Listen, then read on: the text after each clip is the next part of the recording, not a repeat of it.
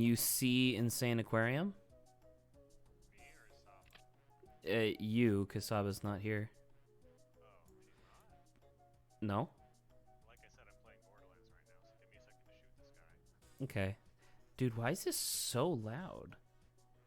Wait, is this really loud? Oh, you know what it might be? Give me a second. I did just crash the game. I finished the Ah, game. that was the problem. There you go. I was wondering why everything was so quiet for stream but loud for me. Say something I'm for me, on your please. Steam page. Hello. Yes, I'm on There your Steam you page. are. You'll Okay, balance everything 58 makes so much cents. more sense now. Okay.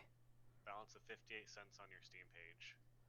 Oh no, the my private information is being Private revealed. information. I guess I do have to turn you up a lot. I'm gonna tweet that you have 58 cents to your Steam page, then you're gonna get DDoS in like 2 seconds. But it was because they know I have 58 cents. Yeah. How does that work? Power of technology is incredible. You can use PCs to store and retrieve Pokemon nowadays. Oh, dude, shorts are comfortable and easy to wear. Yeah. Okay. It's unfortunate that Saba's not here for the stream because I really wanted to show her this. But have you ever heard of this game? I Insane. have. I saw Germa play it. Dude, I fucking love this game. This game was like a large section of my childhood. Um, It looks like a very advanced clicker, but then again, you could say that of Borderlands as well. I mean, you can say that about almost any video game. Yeah. It's sort. You know what? It is kind of just a clicker game because that's the thing, right? Is that you build up fish that give you more resources to buy more fish. So actually, it is kind of a clicker game. I guess that is actually more accurate than I would have initially anticipated. But anywho, the thing that I wanted to show Saba, which unfortunately I won't be able to, is we got the virtual fish tank here, where these are fish that I get to like take care of. And do you see their names? Um. God damn it! Yeah. I clicked off Borderlands while in the middle of buying guns to check what Zach's Oh, talking it's about. what? Were you disappointed? Yes. My disappointment's immeasurable and my day is ruined. Oh no, I'm sorry. All right. Well, okay. Well, chill stream is basically good to go. I fed my fish for the day. You're supposed to feed the fish 3 times a day, and I don't want to do that. So Do you have to log in with actual, like, real life days or just in game days? no real life days for the Wow. virtual fish tank. It uses your system's time for like the 24-hour clock, and it's literally just like every what's 24 divided by 3? 8. So every 8 hours. Oh, that makes sense. So every 8 hours. I can't believe I beat you at arithmetic. That is true. It's okay. I'm just gonna cover the. I'm gonna cover the whiteboard that you just used to like answer this question, so you forget about it, and then I'm gonna reveal it, and I'm gonna be like, dude, look at this math I just did. Okay. All right. So how are you doing, Adrian? How is your today's Saturday? Today's Saturday? Yeah, it's Yeah. Saturday. How was your Saturday? Um, it went okay. I woke up very early to feed the dogs. Or I guess I was up at 7. I didn't sleep until like 8 to feed the dogs, and then I slept for most of the day. I got up. I booted up Borderlands while listening to varying videos and songs, mostly about how there is a large amount of copium being mined among the right wing. Um, What's that? Copium? You've ever heard of copium? No. It's a rare mineral found only when people are extremely mad and struggling to cope. Oh. Okay. Funny. Very good. Um, so I watched a few videos and retrieved some well-earned copium over the election, and I was playing Borderlands mostly. I beat Borderlands 1, which was very short, and honestly, it was okay. It wasn't as personality-filled as I hear the series being called, though it was the first game, so that's fine. I'm playing Borderlands 2 right now. I like Borderlands 2 quite a bit. I didn't play 3. I think Lawrence and Janine were playing 3. Were you living with us at that time? No, actually I think you weren't. I'm just trying to remember because I remember seeing them play Borderlands 3, and then Janine usually gets like obsessive about stuff, and I was very surprised to see that was like washing out of the game. That was very surprising to me. All I remember I is can't hear Lawrence anything. playing the what's that one game where you play as the different medieval factions and it's like For Honor. yeah, For Honor. All I remember is Lawrence. No! I Fish! think I Fish! also remember him playing like Star Wars or something. Did he play one of the Star Wars games? Are you sure that wasn't Grant? It was either he played it or he just was like showing off one point for some reason. Because I think he was interested in Jedi Fallen Order. Maybe. I think that was one of the things he was into. I don't really remember. I'll be honest, I didn't pay that much attention to what he was playing when I was seeing Obviously that's fine. No one could really expect you to be that into someone else's goings-ons. But I don't know, I was just asking. Yeah, why would you watch someone play video games?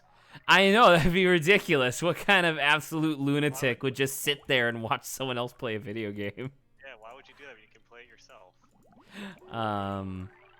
I will say, like, on that subject, I completely forgot that I owned this game on Steam.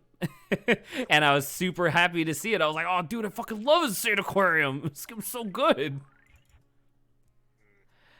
This game does hurt your finger after a while, though. It's a lot of repeated clicking eventually. What's your clicks per minute, Zach? I have no idea. Is there a thing that I can do to check that? Probably. I'm about to say I've never actually had the wherewithal to look at that statistic. So you know your words per minute, your clicks per minute. I also don't know my words per minute. You don't? Wow. No. Do you? Yeah. They made us take a test for it in middle school.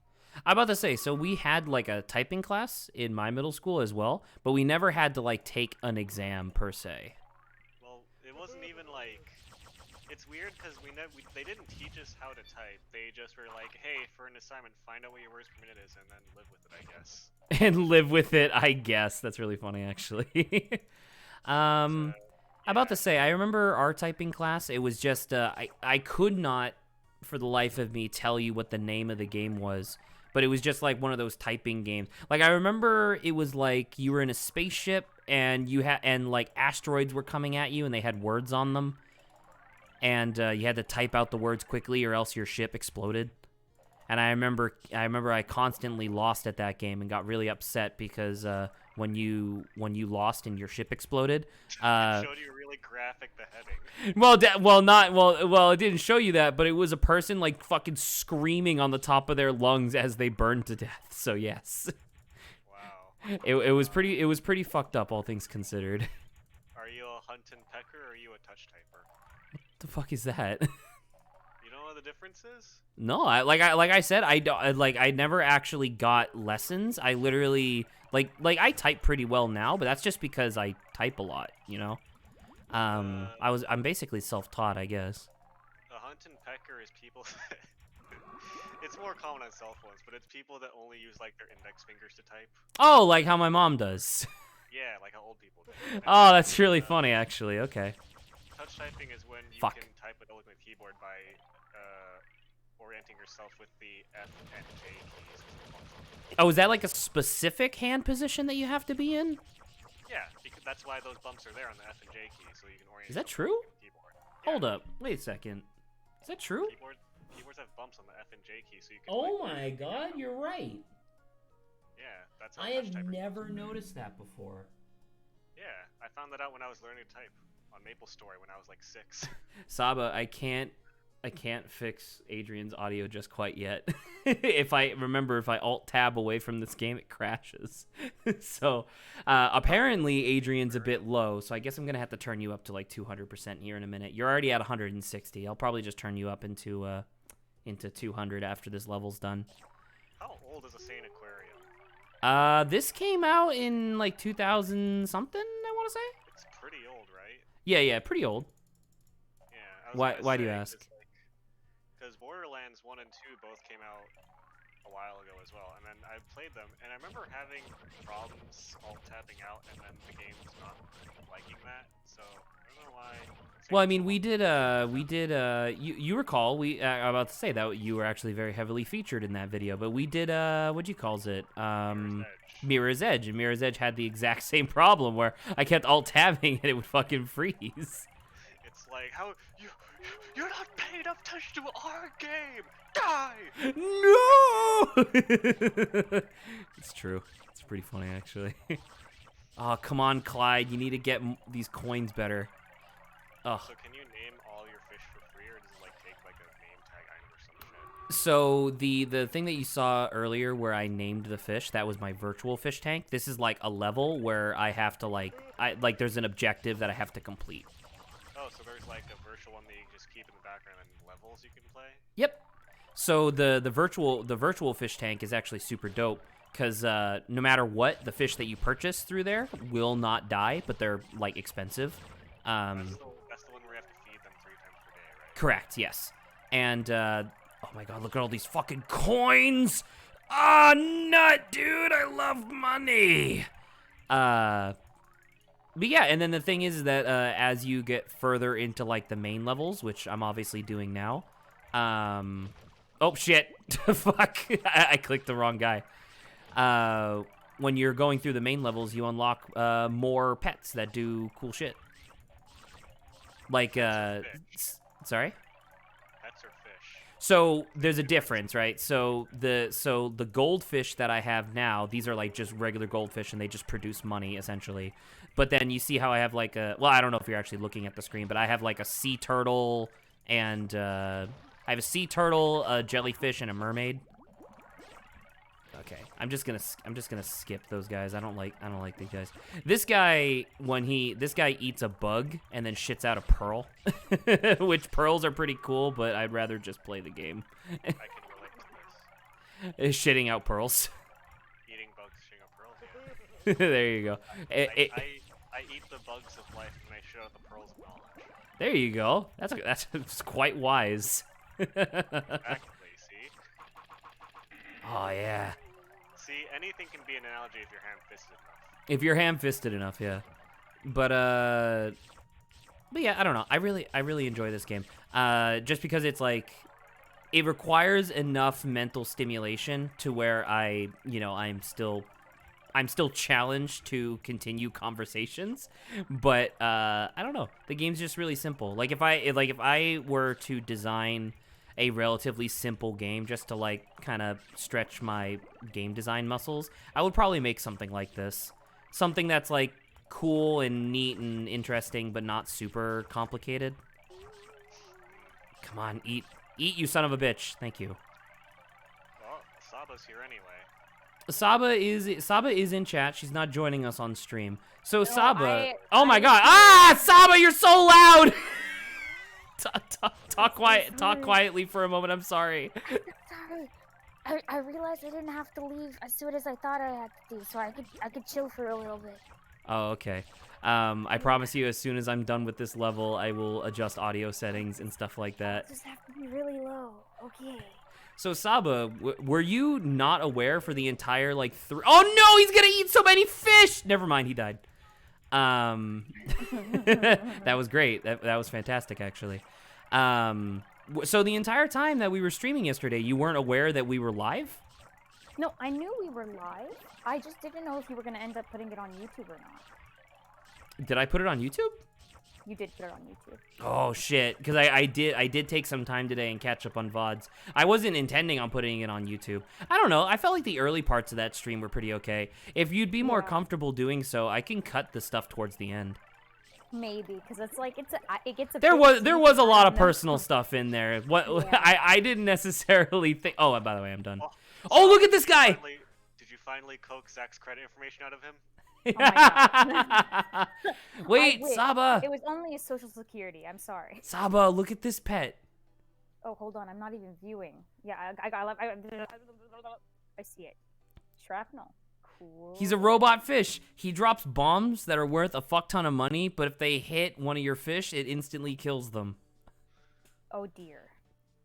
All right, so I'm gonna go back to the menu real quick. Quit, so it doesn't crash. All right. Let's see Adrian. So Adrian is at 60%. I'm putting him at 200. Adrian, talk to me. I'm listening to Cat Trap ramble on about getting the shit kicked out of him right now. Adrian sounds good to me, and then I need to turn Saba down just a wee bit, I guess. I'm Saba, gonna would you talk mind? a little bit right now, and then Adrian, if you could talk for me, that'd be good. I'm taking a bunch of guns out of a chest in Borderlands right now, the video game. In Borderlands, the video game, I not play Borderlands Borderlands, the TV show or the movie.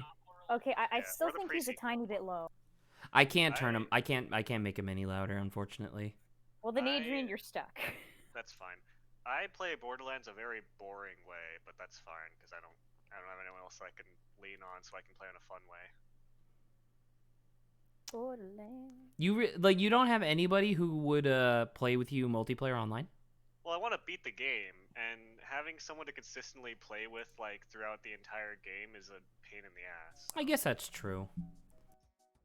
Oh, So, excuse me. I'm playing Borderlands in a very boring wow. way with sniper rifle, shotgun, and assault rifle. No. Um, Alright. Okay. I'm doing the Borderlands equivalent of like Skyrim stealth archery. What? It's Borderlands! From stealth. Yeah, But it's Borderlands. Why are you doing this? because I like the way that these guns feel in this game. Oh, no, wait. There we go. Wait. Nice. No, I still can't hear the special effects, you son of a bitch. Wait, Adrian, can you actually hear the game? No, I can't because I'm. listening Okay, to the I stream. think. Yeah. I think Zach, There this you is go. just tied into this game that I couldn't hear it. But it doesn't make any sense, though, because for Discord, I am streaming to you right now through, just, screen region. Like, it's not the game specifically. I'm just streaming my desktop monitor. And since I have audio coming out, you should be able to hear it, too. Like, and clearly you watched the VOD, and you heard in the VOD yesterday that the sound effects were coming through. Yep. So it's So just I so I added don't them. understand. So I don't know why it's not coming through Discord. It's Either- unfortunate because I wish you could hear this game. There's a lot of really fun sound effects in here, like when I heard a little Prego farts. It might just be very quiet, and maybe my Borderlands music is drowning it out. I mean, that also makes sense, because I said it before, but my Type P. What the fuck is Type P? Oh my God! What is that? Octopus. What does it do? Does it? Oh. It's level 2. No. I remember. He turns docile, and every time you shoot him while he's docile, he regenerates health. Oh fuck! He ate one of my fish. God, he has so much health. We need the crab. Die, you son of a bitch! Oh my God. Oh my God. Get him. I want to go. I want to get started on like the chill streams conversations like we were having yesterday, but I'm in the middle of trying not to lose to whatever the fuck that was. I am curious because I wanted to go back to the typing thing that I mentioned earlier. Yeah, please do. So, when because you said that you didn't know that touch typing was a thing. Do you have to look at the keyboard every time you put your hands to type? No, so actually, you know what? Give me a quick second.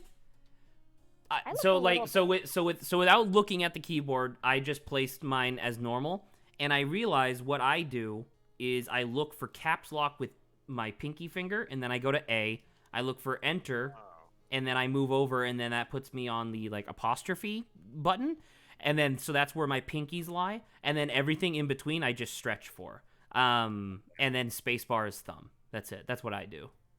Okay, that's interesting. But yeah, touch typing is a very useful tool that I use whenever I don't want to turn the lights on.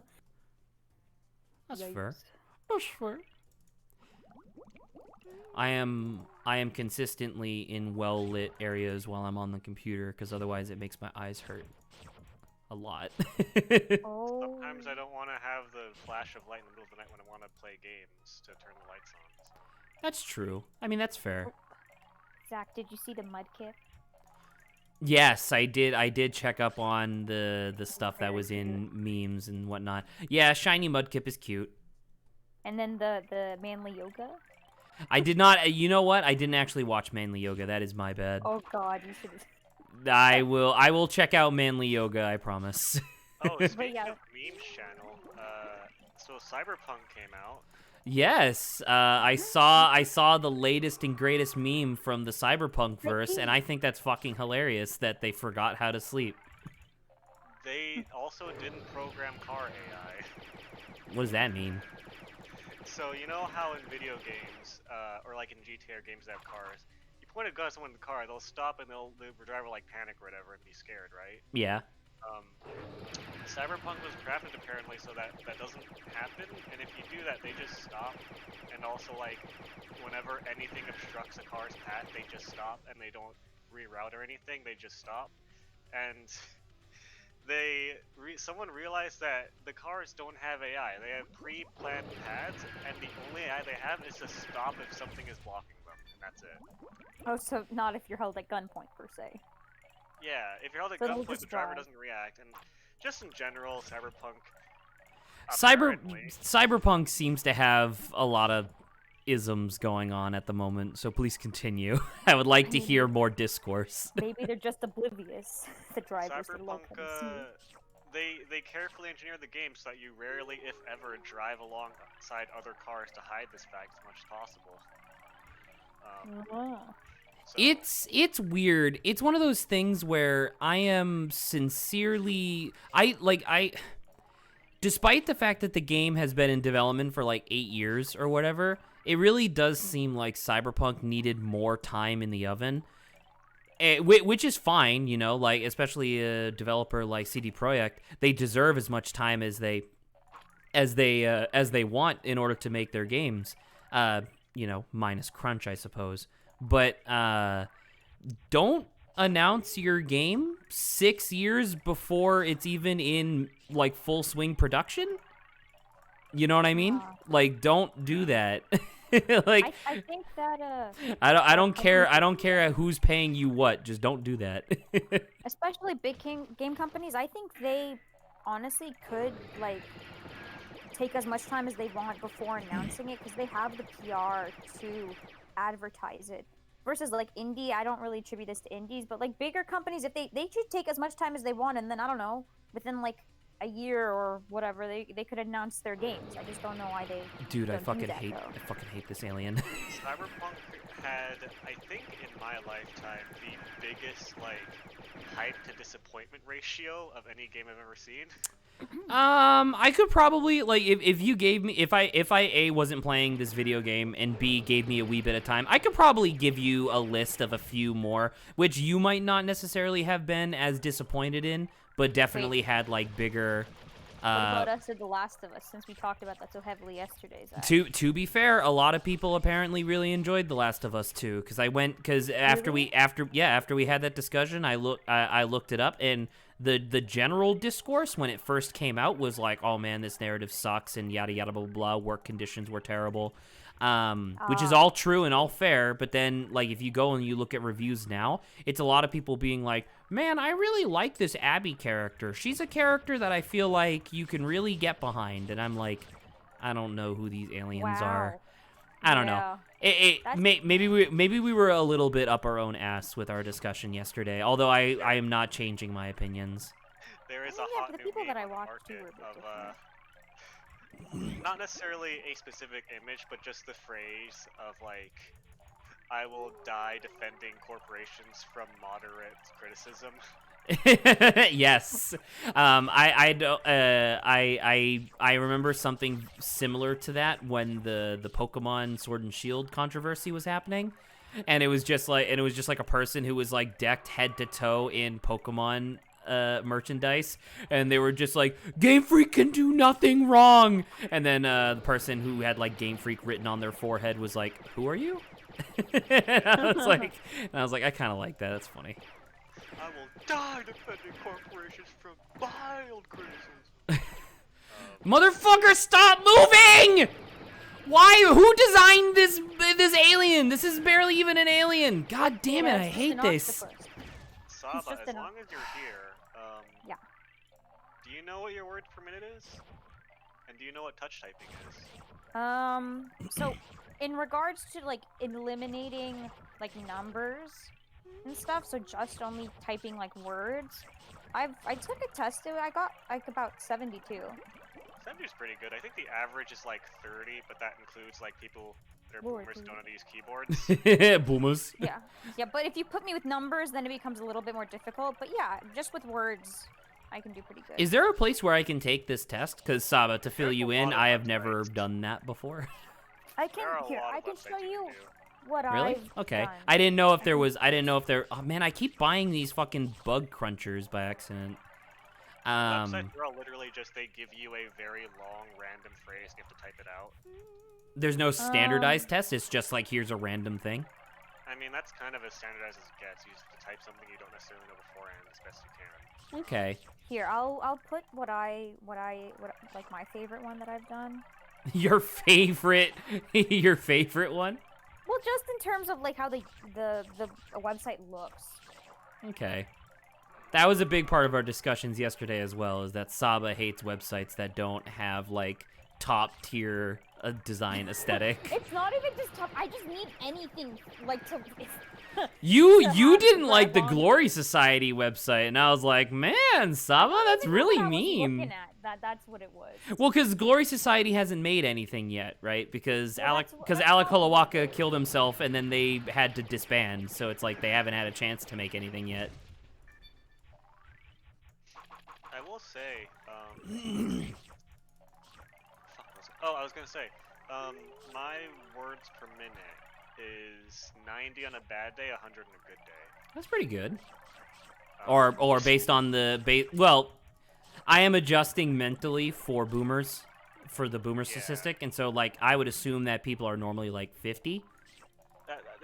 I think, yeah, I would say that from my estimation, I've looked at a handful of websites. I think average for like normal people is probably around 50, and then average for like boomers is probably around like 30, and then like good is 70, and then like people that are nerds are like 90, 100. Okay.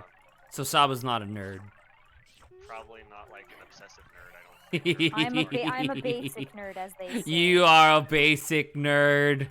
Look at this idiot! Doesn't even obsess over computers. Anyways, I'm gonna go fill my diaper. Give me a second. Give me a sec. Turn slightly, because he's already wearing one. Yeah. But yeah. I'd be interested to know what Zach's worst units are. I won't be doing it today, but I could probably do it tomorrow before Outer Wilds. Motherfucker, look how much damage I have now, bitch. I'm just gonna keep you in the corner and then murder you. Come on, wake up. Wake up, you son of a bitch. Do it, you're dead. You're already dead. You don't realize that you're dead already, but you're dead. Oh, I just took it again and I got 75. That was good. That's pretty good. How do you have this much health? The diaper thing reminded me of a joke that I told to my older brother, and I might have recalled this on stream before, but I was hanging out with my. Actually, no, I probably recalled this joke on stream before. I was hanging out with my older brother, like his friends, and we were hanging out with like their girlfriends or wives, and someone had to go use the bathroom. Did I mention that joke on stream before? No, I don't recall.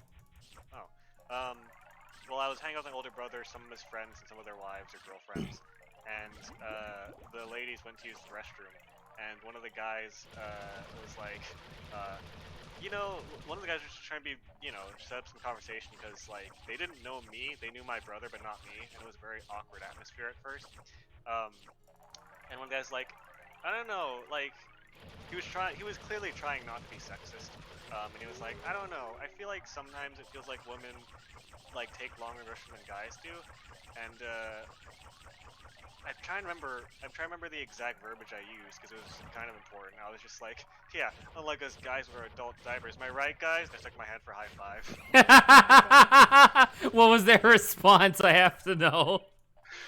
They were very happy and they thought it was very funny. Oh, that's really good. It was a very good icebreaker. That is an amazing gauge of like what kind of humor is okay with a group, because either that would go fantastically or would be dead immediately.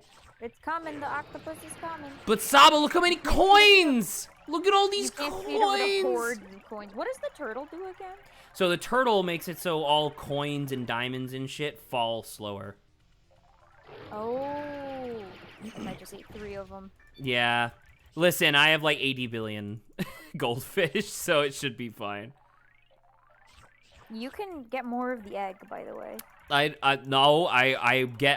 try to get all 3 sections of the egg and because I like the sound. I like the sound that it makes when you get all 3 because it goes. You can also Okay. dance if you want to.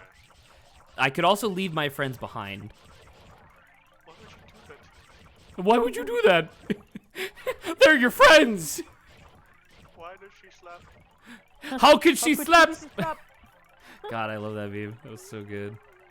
Oh my God, look at these coins. Clyde, where are you? Pick up the fucking coins! Look how many there are! Look, Damn it! roaming the bottom. I didn't count the numbers correctly. Oh my God, now they're all gold. No! Guppy died! Someone died. I think it was a middle fish. Oh, look at that middle fish. He's dead. Poor boy. I'm so sorry.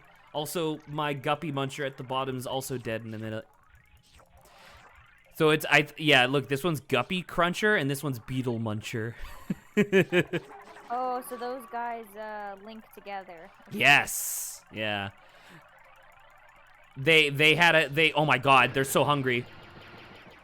Wait, I'm done. Yeah, that's what I was about to maybe say. You know you can just stop now. Oh, Gumbo the angler. Oh. I'm not gonna Hey, use but them. isn't the whale just better than that? Well, so guppies are all goldfish. Oh, okay. So he will lure them away, but they only move at their normal speed. So the whale won't take the large ones, but then he doesn't make them invincible. So I am losing in Borderlands the video game. how is that even possible, Adrian? Oh, let me take a... Because I'm only one person, there's a billion enemies around me, and I only have 2 guns right now. Oh, and also the entire map's on fire.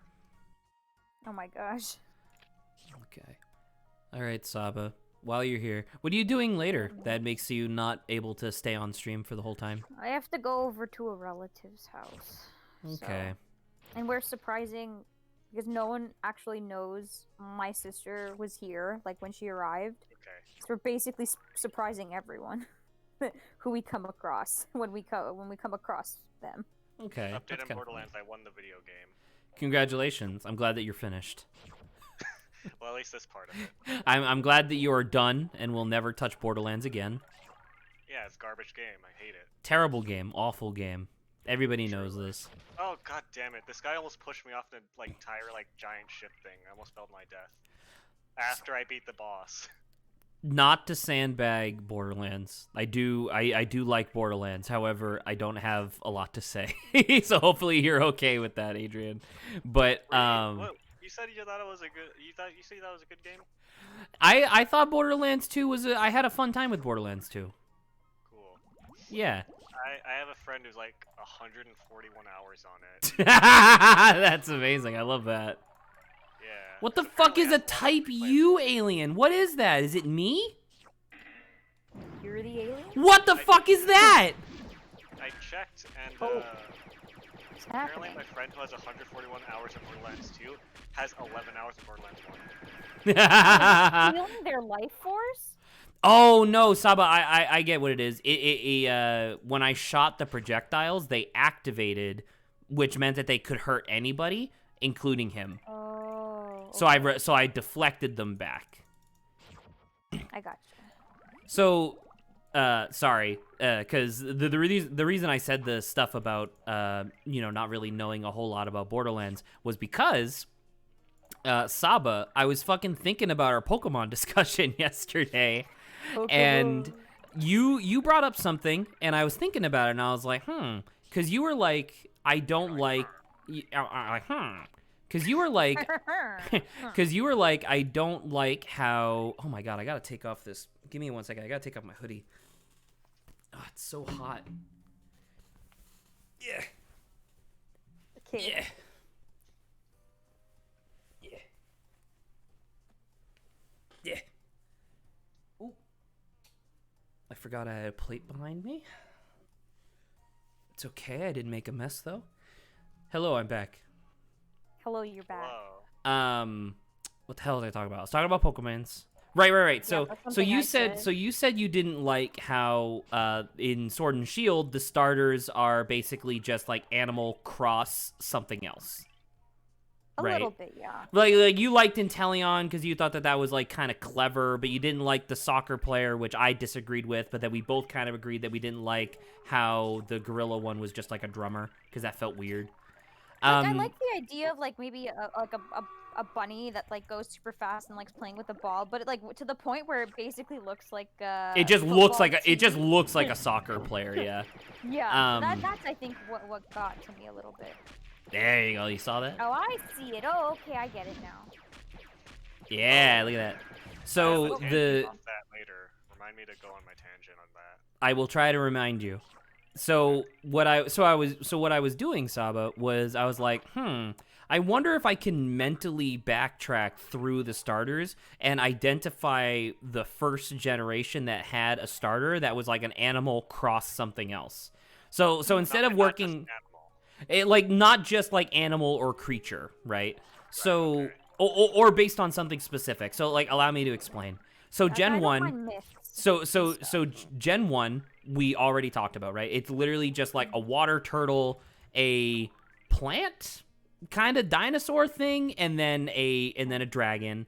Gen 2 it was a like porcupine, a crocodile, and a once again another plant dinosaur.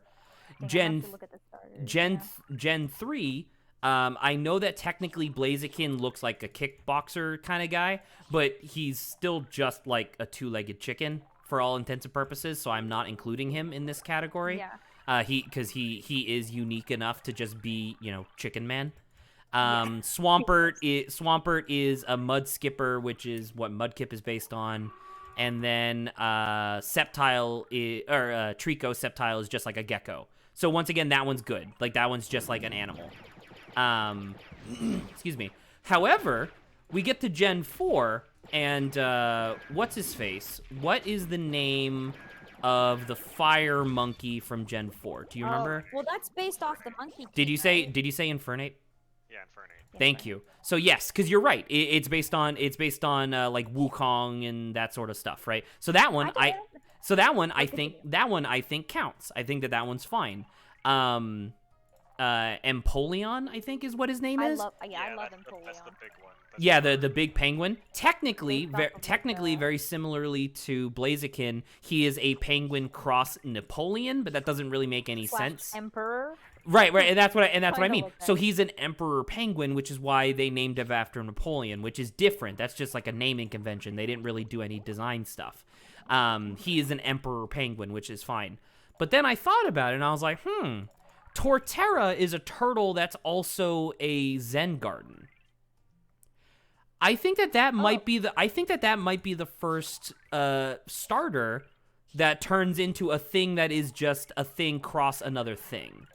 You know what I mean? Because Turtwig and Grottle, Turtwig just has like the sapling or the twig on his head, and then Grottle has two bushes. So clearly, while they were doing the design phase, they were like, what can we put on this, to continue the theme? And they were like, oh, what about a Zen garden?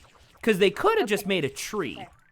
but they I do decided have it's a couple points yes. that I can say based off of this is that one, when I was thinking about it, it's like I don't mind maybe as we were saying like Fuck. Zen garden or objects or myths. Like I don't find those, as we can maybe say, offensive, quote unquote. I'm about to say, I think as we used if that it word being, last like, night. Yeah.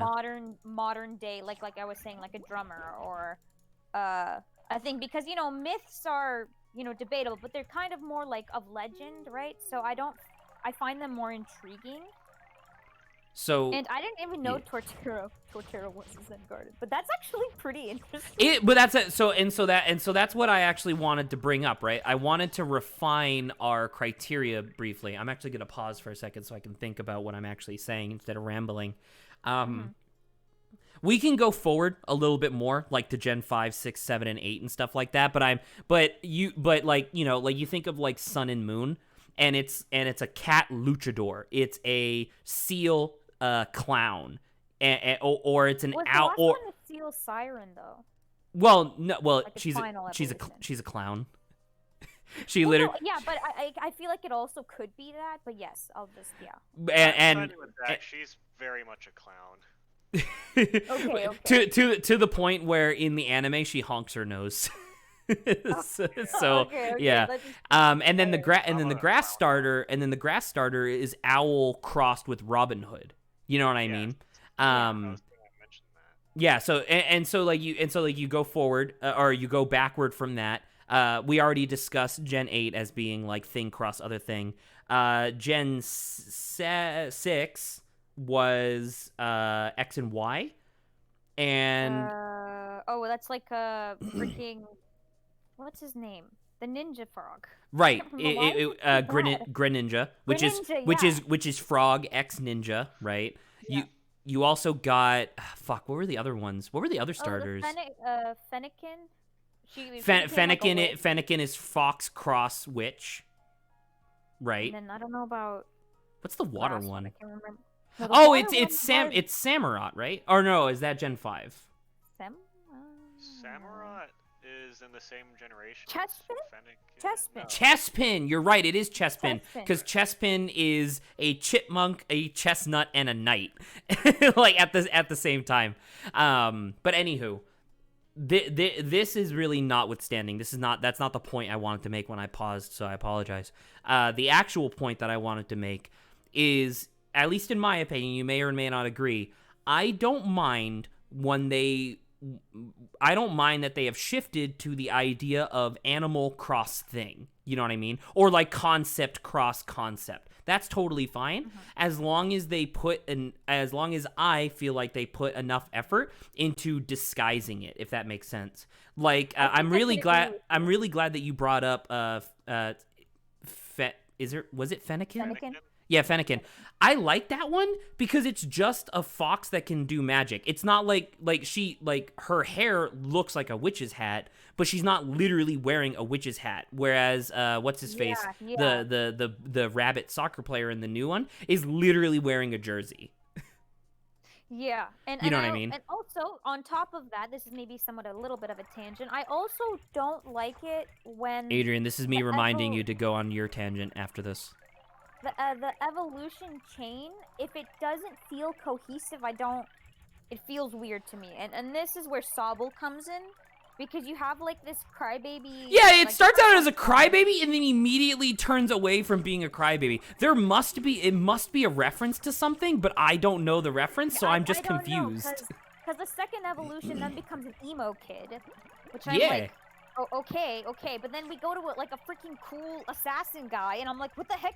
Where did this come from? Like that's I the don't thing. get It feels like it must be a reference to some historical person. You know what I mean? It feels like it must be somebody from like early World War II who like was a crybaby when he was a kid, and then he was an emo guy, and then he like joined the military as a spy or something. Like yeah, Sobble's maybe. evolution line doesn't feel cohesive. Correct. Yeah, Yeah. that's what it is. That's another thing that I don't like if it happens. And Sobble, I don't know if anyone else suffered from this, but I know Sobble really confused me. Cause that was the thing, was that they announced the starters, and I was like, dude, I fucking love Sobble so much. And then like the evolutions were released, and I was like, it's kind of weird. I don't know. I kind of liked, cause that was like a clever thing. I felt it was like, I don't know, cause it was chameleon cross with crying, which is water, and I was like, oh, that's clever. Or at least I thought it was clever. It's interesting too, because when what is the monkey called? Meme names. Fuck. man. What's his name? Which one? The monkey. The newest one, monkey. Infernape? No. The newest new grass one. monkey. The monkey in Sword and Shield. Oh, I didn't play Sword and Shield. No, I know. Well, that's the thing. We're desperately trying to remember what the fuck his name is. Okay, so He had a funny we know name. who I he remember is. that. We know who he is. Yeah, we do. Dude, I feel like I would have totally liked, because I don't know, for some reason, because he had the stick, it also made me think of like Monkey King, and like I would have thought it would have been really cool to see something. They can't do the same thing twice. I know, but I'm like, I don't They know. wouldn't Maybe do because that. it's myths. Maybe because it's based off like a mythology. I'm like, dude, I would have been totally down to see any like version. No, what have I done? I killed so many fish for no reason. Why? I hate that guy. He's so not fun. Because Infernic, and this was a little bit different. Like I wanted, in my mind, Dude, I'm gonna die. with I'm Pokemon- Give me a quick second. I'm choking over Okay. here. No, live. Oh. I apologize. I've talked about this before, but like I've been working on like personal projects all day, so I've been neglecting my like water intake. And so right before the stream, I started drinking water, and I described this to Grant previously, but like do you ever get that sense that like when you start drinking water after having not drank water for a long time, your body like starts screaming for hydration? Like A little bit, yeah. No matter how much you drink, you're still. it's just like I'm still thirsty, and it's like my body is like literally crying out for more water, and I'm like, dude, my stomach is full.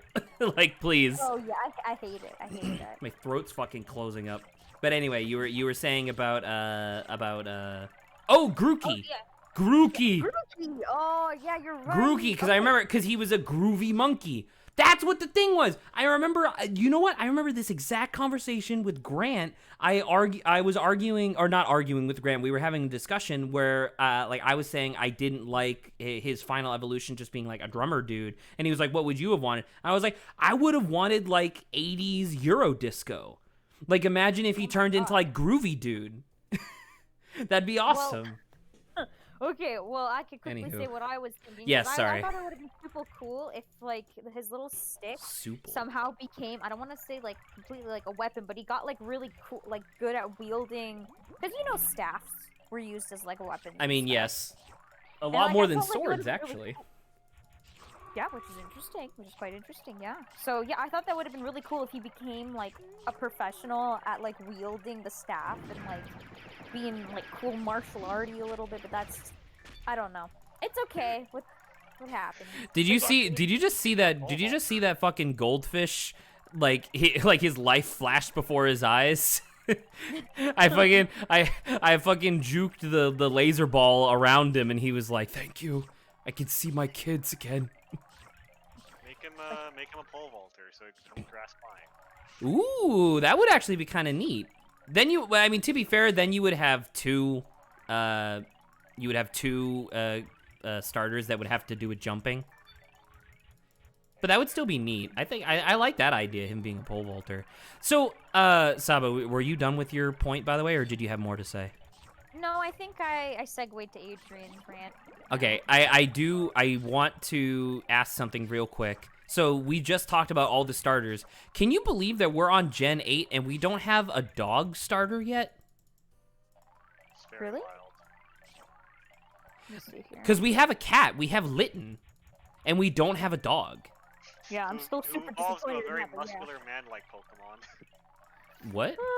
I was discussing this Oh, with yeah, Adrian, you're right. That I would have loved. Also, I was mad at like the Litten one because I wanted like A dark fire tiger, dark yeah. tiger on all four legs. Like, you know how cool that would have been? Just make it fucking badass, dude. Yeah, but I got a Like, what is with Libre. recent gens and like springing the last evolution on you like as a surprise? Yeah, once again, we come back to Saba's thing of like, it doesn't feel cohesive. Like, I kind of see like the evolution a little bit with Litten in the second one, but it's like I'm just so disappointed. Like, why? Like, cause we had Tepig that ended up being somewhat martial arty still. Like, it was from like a different source of inspiration. I'm about to say, like, that one was based on legs like with- Chinese mythology, so it kind Yeah, of but makes it was, sense. But it was still firefighting, you know. Which so- we're sick of. Yeah, which I'm kind of sick of. So, But it's it makes not- sense that fucking what's his face was firefighting because he's a luchador. But that being said, I agree with Saba. I wish he was just like a fire dark tiger because that would be fucking dope. Yeah. It's just realizing that now. Like, have we had a bird who wasn't Blaziken? Charizard, I think, is probably the closest. He's like a dragon, though, Also very got clearly. Rowlet. Yeah. Oh, we got Rowlet. You're absolutely right. Rowlet's Oh. literally an owl. Yeah, never mind. Also, I didn't actually realize he was based off like Robin Hood, but I mean Archer makes sense. I like because remember how you were like saying masking it? Like he could just be seen as like a basic archer. Yeah, just Archer in general. Yeah. Like that's the thing. I think that his design indicate. No! My kingfish! Are you kidding? God damn it! Wow. Is that your new mic sounds a lot better most times when you scream it. Cliff's like, no, hey, bit, yeah. Really? A little bit. Not That might be Discord not being able to handle the audio, because I was screaming like that yesterday and it came through via the recording.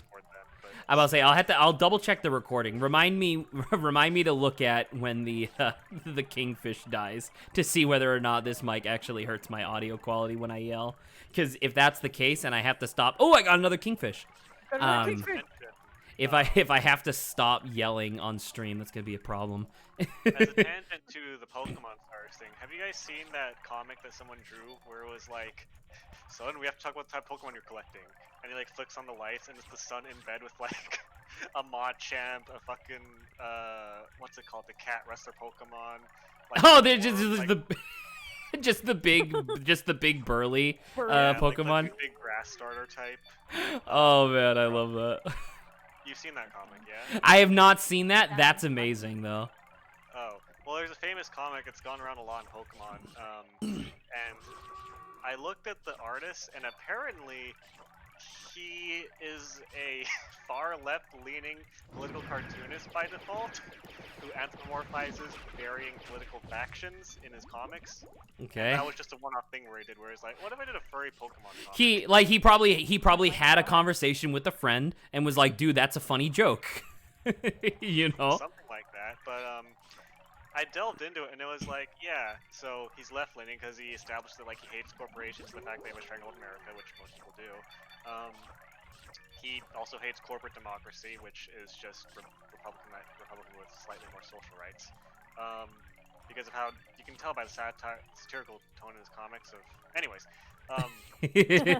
Giving us a dissertation on this one. Oh, Saba, look at this guy. I'm looking. Oh, it's a porpoise. I love him. Unfortunately, he's not very good. I will say that while I was deep diving into this comic artist, it all came back full circle, and I found out that apparently he had drawn anthropomorphized personas of the Democratic donkey and the Republican elephant, just fucking. Nice. Oh my god. Perfect. So it all came full circle from a joke about how there's too many buff men Pokemon to, hey, what if the Democratic donkey and the Republican elephant fucked? Are you familiar with Plague of Gripes at all? Yeah. Did you ever watch his animation where it was so you want to be a Pokemon trainer, eh? Well, which one do you want? And it's like and it cuts to like 5 extremely well rendered female physique Pokemon that are all just stroking themselves, and it's like borderline porn. And I remember, sorry, I gotta pause because I remember not my nephew, I guess he's my cousin, he sends me that because he knew I liked Plague of Gripes, but he didn't watch the video, and he was like, yo dude, new Pokemon one, and I was like, sick. And I watched it and I was like, yo, you watch this? Because I know that his mom's like really strict or whatever. And he was like, yeah, I accidentally watched it on the big screen on my PS4 and I'm grounded. Nice. And I was like, that's so funny. Oh, sorry. I just wanted to bring that one up because it's basically it's the same energy. No, that's fine. I reached the end of my tangent there. Just I can't believe that. Not that it's your fault, but I can't believe that very small tangent took that long to come out because Saba and I kept stringing off each other's tangents. I know. I'm sorry. I tried segueing. Please, I would like to continue talking about Pokemon in general, though. Pokemon is a wonderful. We're just talking about Pokemons. Go over Just here. talking in Oh, general, that's so we where have he's time to showing up, by the tangent. way. Look. Yeah. Isn't that neat? And look, you get a health bar. Nice. Okay, Adrian, start, please. I I'm about to say don't have you any- I already two used my talk tangent. so I can Oh, stop. wait. You two Yeah, talk okay. so I can Okay. focus. Have you heard the news? We reached No. Safe Harbor Day the other day. Oh. I'm so. Say Do you that know what again. Safe I don't Harbor know Day if it's is? Arbor Day. Safe Harbor Day. No, I have not. It is the official final date of certification for the election, where the states certify the victor, and any election fraud claims or disputes, by that point, have to be settled, or else they're null. So. Oh, okay. Yeah, but that's not gonna stop people from yelling about it. Still Did you saying see stuff, yeah. the fucking gall of Rudy Giuliani's latest move, where he was like, "Oh well, Supreme Court shut down the cases, so we're gonna win by going back to the lower courts." What? That's not The the lower way courts that can't. I'm about to works. say the lower courts can't. Like, if they're within the same system, you could overturn it in like specific counties. But are you really gonna run like 7,000 lawsuits to get every single county in the U.S. to overturn the election? Apparently, and also past Safe Harbor Day, which is, you know, conventionally when election disputes are supposed to be settled by, or else they're null. So that's funny. That's a ballsy move. Not what I'd do, but hey, I also don't melt in sunlight. That's true. Most good human beings don't. Yeah. So I also watched a video, Legal Eagle, the other day. Oh, I have to check him out. I like what I he forgot. does, though. I must say I haven't Did watched he his looks videos in a right. long time. He's pretty good content. His face is a little weird and mushy, but that's fine. His face, he looks like he was designed to be like a B-list actor on TV, but he accidentally became a lawyer instead. That's very rude, but very accurate. He's a decent looking human. I'm just gonna He say doesn't that look to be horrible. nice. He just looks. Well, I'm not saying. Well, I should clarify. When I say B-list like TV actor, I'm saying that he is, at least in my opinion, conventionally attractive based on like the types of shows that I see my mom watching, where like she watches like Young and the Restless. He looks like he would fit onto that show with no issues whatsoever. And when I'm saying like he accidentally became like a lawyer, I'm obviously not saying like anything about his intelligence. I'm just saying I feel like he was put on this earth to be on Days in Our Lives, but accidentally decided to go to law school instead. Yeah. Yeah. But anyways, I was watching a video of his last night. Actually, it was about whether the president can pardon himself or not, and the answer was No. well, the answer was unfortunately very complicated. What are you talking about? How? That doesn't make any sense. You'd think it wouldn't, but like, okay, let's see if I can remember this legalese information that I watched one video on. Okay, oh fuck's sake, I'm fighting a complicated Borderlands enemy. He has a shield, so you can't hit him from the front. How am I gonna fight him? Very complicated. Yeah, How will Adrian ever survive? how will I? Okay, I finished fighting him. So, the president has a power that was given to monarchs when the Constitution was written to pardon crimes against the federal government. To pardon Why? crimes against the federal government? Something like that. That's weird. I never heard of that. It's the power of pardon, and it was given to kings back in the day because they were above the law. And then the Constitution writer was like, "We don't want kings. Let's give this guy a king power." Well, I understand that this is useful. Guppy, get out of there! It was given under the assumption that the president would only use it for good things. The president would be a noble soul that people elected properly. Uh-huh. Anyways. And there was one time where it was used effectively, where One time. basically, it was like after the Civil War, where like a bunch of people were like, you know, about to get hell paid on them for starting a civil war. The president pardoned them and helped them reintegrate much faster and more peacefully. All right. Fine. Fortunately, this power is extremely ill-defined. You mean like most things in the Constitution? Yes. So.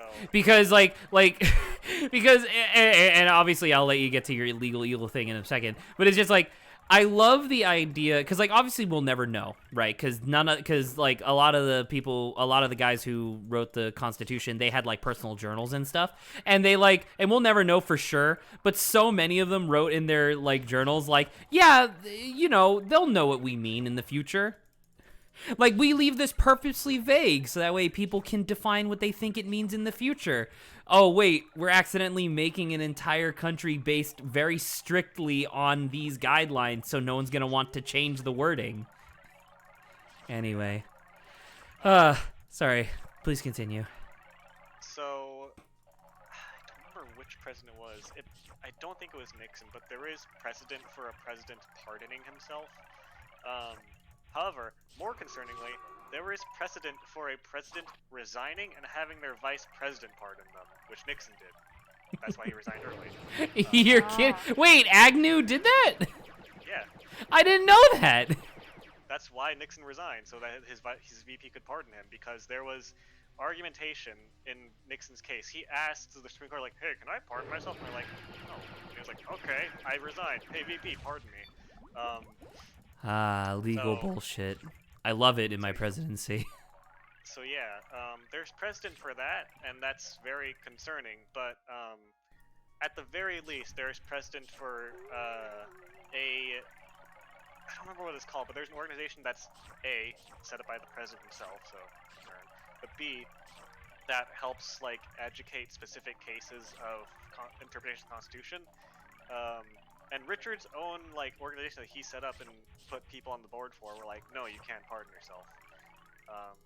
So there's precedent, except apparently that organization has not that much power, so it's not long-standing precedent. It's precedent for specific cases during a president's term, which I don't know why that board exists. So I have a question, just because like this is actually incredibly fascinating. So if Nixon only got one term in office, right? Because he lost re-election, obviously. Yeah. To JFK. Could if Trump, which obviously he's self-righteous enough to do something like this, like if he did resign in some way and then got Mike Pence to pardon him, so that way none of the shit that he did could ever be like held against him for whatever purposes. Could he then just run for re-election? Yeah, he could. Probably. But here's I mean, thank God he lost this one, but still. Here's the thing, is that presidential pardons basically are so ill-defined they can pardon any crime against the government except for one, which is impeachment. If the defendant is impeached, then the president can't pardon them. Which the government has failed to impeach Trump, so 50% of the government has failed to impeach Trump. Right. What was I gonna say after that? Oh yeah. What the fuck? There is Go! No! There's Shit. also two side notes to that are also pretty interesting, I think. Where one is that there is argumentation, and there is kind of like a weird definition of whether accepting a pardon like admits guilt. That is apparently a topic up in debate that is not 100% either way. I'm about to say, because that's actually a thing. Because in Massachusetts, if you get into a car accident and you're put on record, like either in the police statement or what have you, like on video, if you say sorry, that means that you admit that the accident was your fault and you get no insurance. God, I hate stuff like that. I know some laws in at least maybe different countries where if someone breaks into your home but they end up getting hurt, you actually have to pay them. To be fair, Saba, I do want to say like that sort of story has been told a lot, and not that it's necessarily false. It is, it is a thing that does happen. However, it has never actually happened in court. That has been like Court? Yes. So there was that one news article like a long while ago where they talk about it and everybody got all upset. And the idea behind it was that it was a civil suit that the person was unsure of whether or not they would be, whether or not they would lose. So rather than seeing and setting the precedent of whether or not they would lose, they decided to just settle the lawsuit out of court. Okay, because I mentioned in the essence of I think that's what happens in Iran, and that's why I said different countries. About that, well, because Yeah. that's the thing, because it's just like apparently it has never actually happened officially, but people talk about it a lot. So Ugh, yeah, that's like it's so stupid. it is dumb if Ugh. if someone is if someone is invading your private property. I don't like I don't know, like because you know everything has such weird context to it, because it's like if someone's on your private property, and especially if they're trying to do something illegal, yeah, I don't really give a shit if they get hurt. That's their fault. But that being said, a lot of people could use that in ways that are very nefarious, and so you shouldn't really make statements like that, you know? Whatever. Yeah, I exactly. know. Like imagine living in, I don't know, a state like North Carolina, where if you're on somebody else's land, they're allowed to strangle you, apparently, Oh, see, no, like the thing as that long comes as to they me say as it's an in example- self-defense. An example of what I would say I don't care is if this person's trying to like they burgled my house, and then I Burgled. rush upstairs and they jump out of the second story window and they like break a leg. I'm gonna be like, dude, I don't give a care. I You don't give a deserve your care. leg to be I broken. also find it hard to give cares. I had a cares? second prong to my tangent on the Legal. presidential pardon streak. Yeah. I completely forgot it after that. Oh, I It's apologize. Oh. Cause I was so I'm so fascinated by legal bullshit like that, because it's like any normal reasonable human being would look at something like that and be like, no, that's wrong, like you shouldn't do that. Fuck. Oh, I was gonna say there is also precedent for The president giving pardons in advance. of a crime. Yes, for crimes What? that have not been brought to court yet, because the only thing the president needs is to know a crime has happened. It does not need to have been reported or have set up a court date for or have gone to the court date afterwards. They can do it before the crime happens. Yes.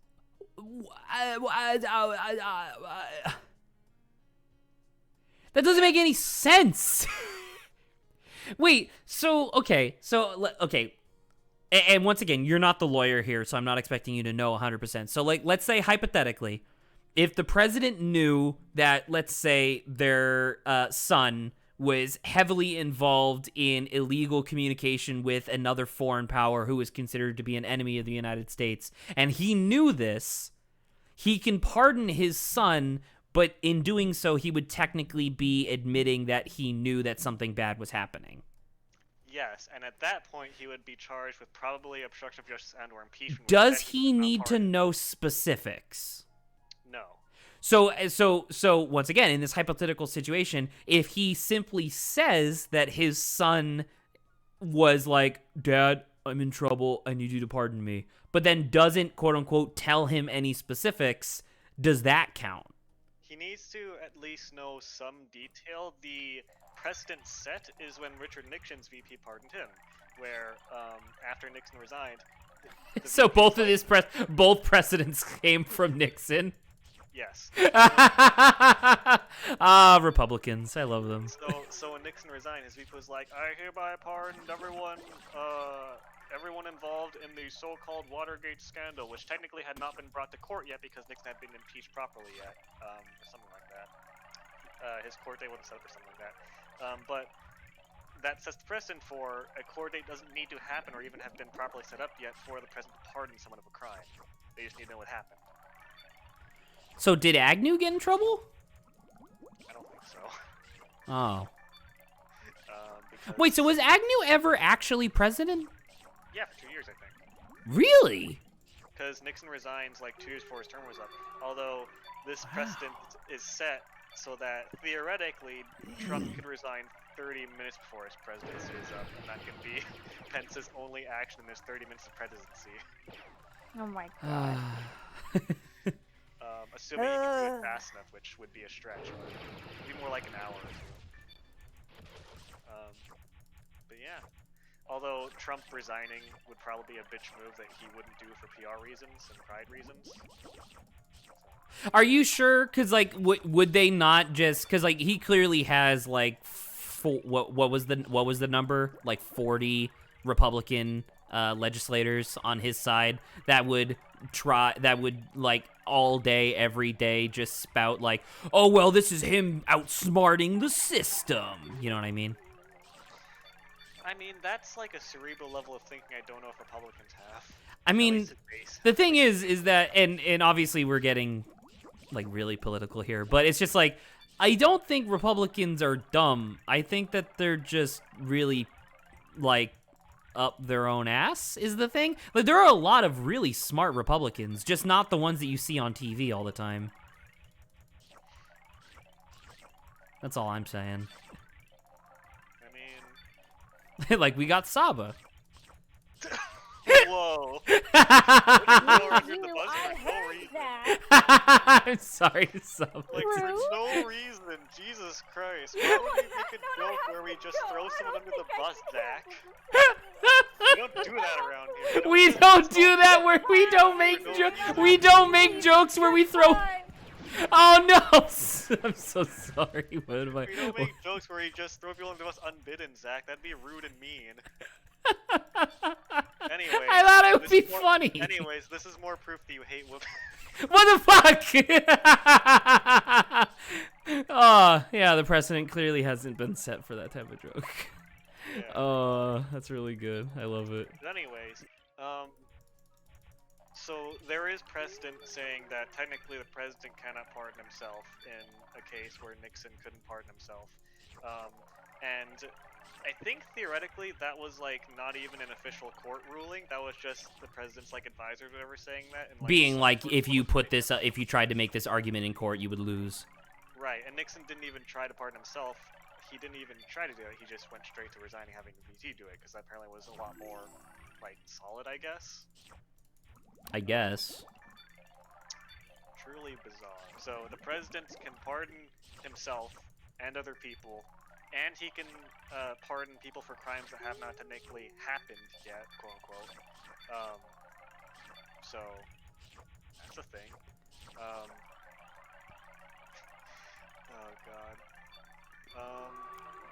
Although there is another angle of it, which is, can people pay the president to have him pardoned? I'm about to say, I heard rumblings about that sort of thing. Right. So there is a very obvious thing in the Constitution where it's like, hey, you can't bribe public officials. So wow. So what about lobbyists then? Lobbyists make donations. That's different. Listen, but what if yeah, somebody listen. just donated to Trump? Does that Listen, count? money is speech. But Money is speech, according to 2007. and also corporations are people. And also corporations are people. Thank you, Mitt Romney. That was a really good thing to say for your presidential fucking campaign. I know that that's legally what it is, but still, you're stupid. Yeah, so, Oop, I just realized I'm not on air. My bad. I'm under announcements. Oh no. So theoretically, yeah, there's not necessarily precedent because the president has never pardoned himself before, not even Nixon. So if Trump were to try to pardon a bunch of people, there could be clause and investigation for if he was being bribed to do it, which is a thing.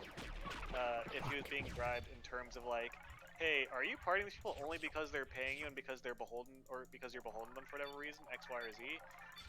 And at that point, that would be another cause for impeachment. But again, if Trump resigns, he couldn't necessarily be impeached because he wouldn't be in public office anymore. That's one of those things where, and this was also something I learned from Legal Eagle, but it's just like one of those things of like, you cannot sue the president for anything, like even after office. You can't sue them for anything they did while they were in office, as long as it could be reasonably argued in court that it was for their job. So it's like, So, like, because that was one of the, there was a lot of stuff that people are interested in, maybe getting some retribution for, needless to say. And it's been very clearly established that, like, yeah, that's just not going to happen. It's like, oh. There are some rumblings that, like... Is Saba oh, no, Saba left. There are rumblings that Trump will be under investigation, not necessarily even for crimes during his presidency, or crimes before his presidency that haven't been investigated. Which is great. Which that much is good, but... I mean, that much is good, but still, I would like that sort of thing to come to light before he goes ham on America. Yeah. Yeah. Oh, Saba's in chat. Hello, Saba. Yeah. Fortuitous timing on Saba's part of having to go, but yeah. So I watched that video last night. I think I demonstrated I didn't retain that much. I mean, you retained the over/under. I retained the broad spectrum of like the kind of presentation of it's complicated and also unhappy. And also you won't like it. Yeah. Can the president pardon himself? The answer will depress you. The answer will depress you. That's really funny. Yeah. So the answer will shock you. It's like, the answer will make 2020 worse for you. Great. Thanks. That's exactly what I wanted. The fuck is this thing? Oh, I remember. This is like you don't buy guppies anymore. You get these things, and they birth more guppies. Oh, I will say, I just saw, because I followed the guy because I was curious when I was looking around him, and a blue cartoon he posted earlier today reminded me that there is a big schism happening in the Republican Party, which is good for Democrats. I mean, yeah, but like from in terms of like humanitarian, just like regular stuff, it's going to lead to a lot of people who are going to do a lot of dumb things. Yeah. Which under essentially all circumstances is not good, but what can you do? Yeah. But I like the idea of reducing the political prowess of of Republicans specifically, to be honest. But I don't know. I don't necessarily like the idea of people being like, oh well, it's us versus them.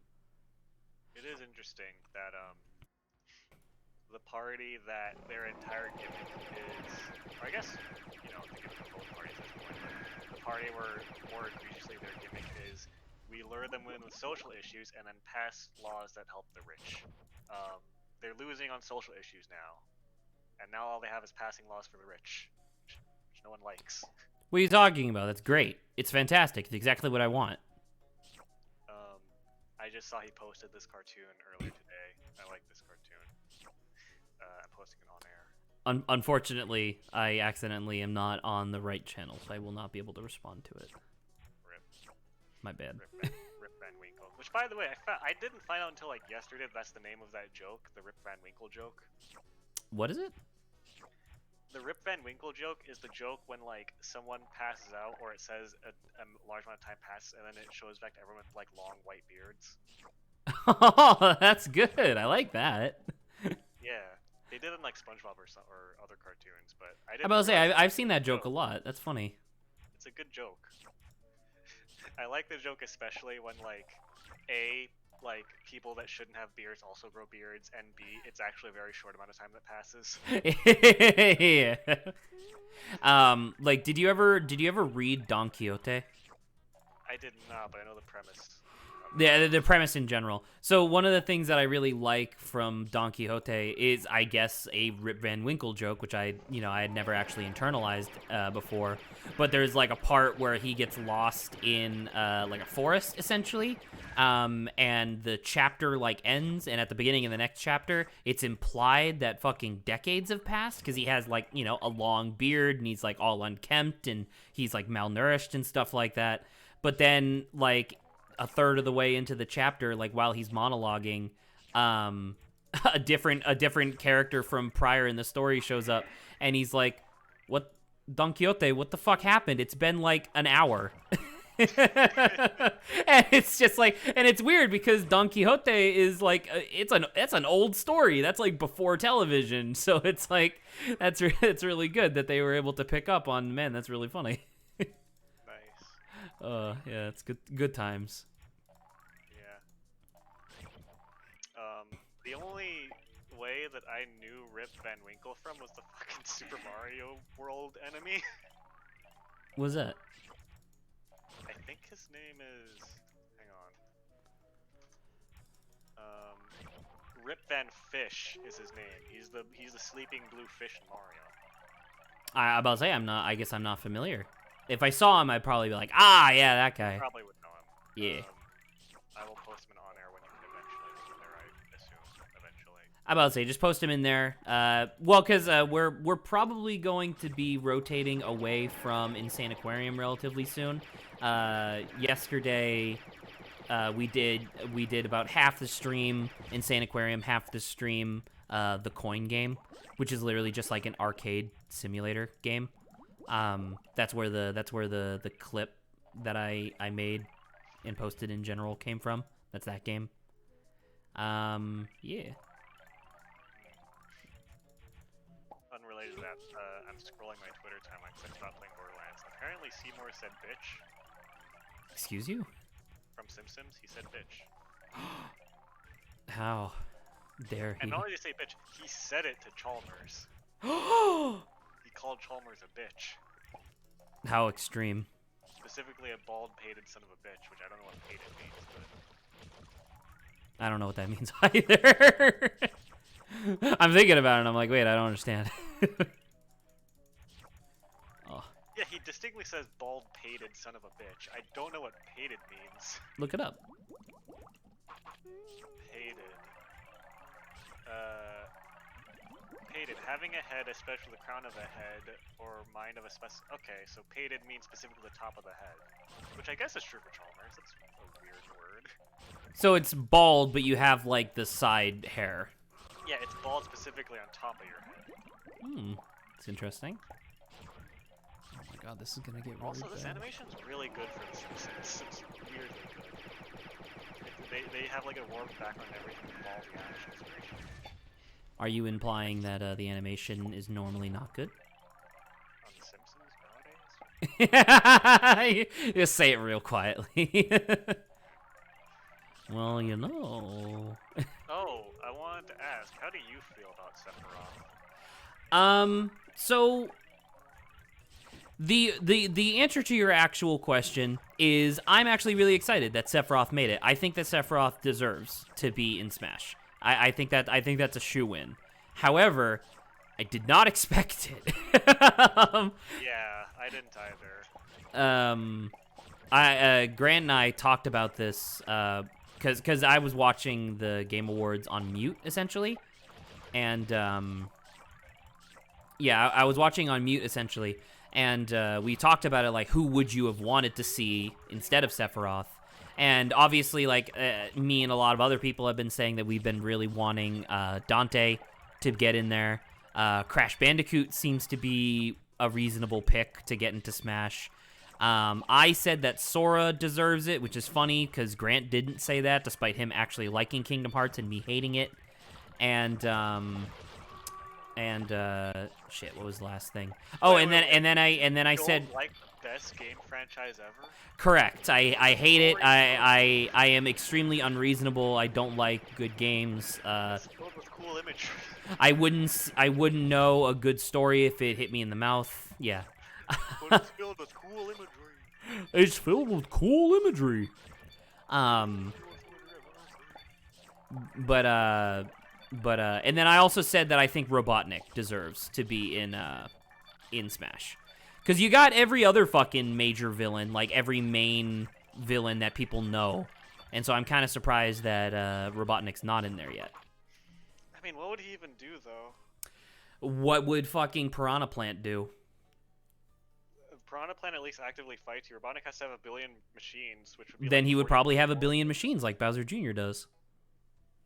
You know, that's a good point, I guess. I'm about to say, like, you could, Robotnik has shown up enough times where I am significantly, I have significant confidence that you could design a decent, if not great, Smash character just purely based on the boss fights that you've already seen him in. Like, just make his final Smash the fucking, egg whatever from, Sonic 3. You know what I mean? I guess I just think, in my head, I imagine him as much larger than Bowser Jr., but, like, I don't know. I guess You could like you could just make him a form swapping character where like you know how like fuck, what's his name, Hero from Dragon Quest rather, where he gets to like select from like a list of whatevers. You could just have it be where Robotnik has the ability to just pull out one of his mechs at some time and he just becomes like that character for a short while. So instead of it being like a single move that he uses once, it just like slightly shifts his kit or something. Oh, by the way, while we're on this pause screen, did you look at any of the 3 things I posted on here? I can, it'll crash. Really? Yes. So this game is so old that if I click off the screen or even if I alt tab, it crashes. You know what? For you, Adrian, I'm gonna quit since I can load this up really quickly. I thought you were just gonna say you're looking at your phone. That's a much better idea. Shit. All right, so I see Saba's typing thing. I see. Oh, I've seen this guy. I've seen this cartoonist. He's Brendan Blaber, sorry. Jello Apocalypse has retweeted a few of his things now. Yeah. We could either remove it or severely cripple you, keep you in severely cripple, while you simultaneously make you look like a huge jackass. That's good. What the fuck? This fish? What is this fish? That's Rip Van Fish. No, yeah, I know what you're saying, but it's just like I have no idea. I have never seen him before. I have never seen this man. You haven't? No. He's in Super Mario World. Fire me, you bald-pated son of a bitch. Oh my god. Fire me. So I just watched the Seymour clip. Also, the audio is really good on that. Yeah. The anime, like, I see what you mean, because like the animation, it doesn't immediately strike me as like weird or particular, but since you pointed it out, I'm like, yeah, actually, there's a lot of frames to this, a lot more than I would normally expect, like especially when he goes to push him. Give him and a you push. can tell the background isn't just one flat drawing. They have to draw it specifically so it suits when he's moving across the room for a different perspective. Yeah. It's very nice.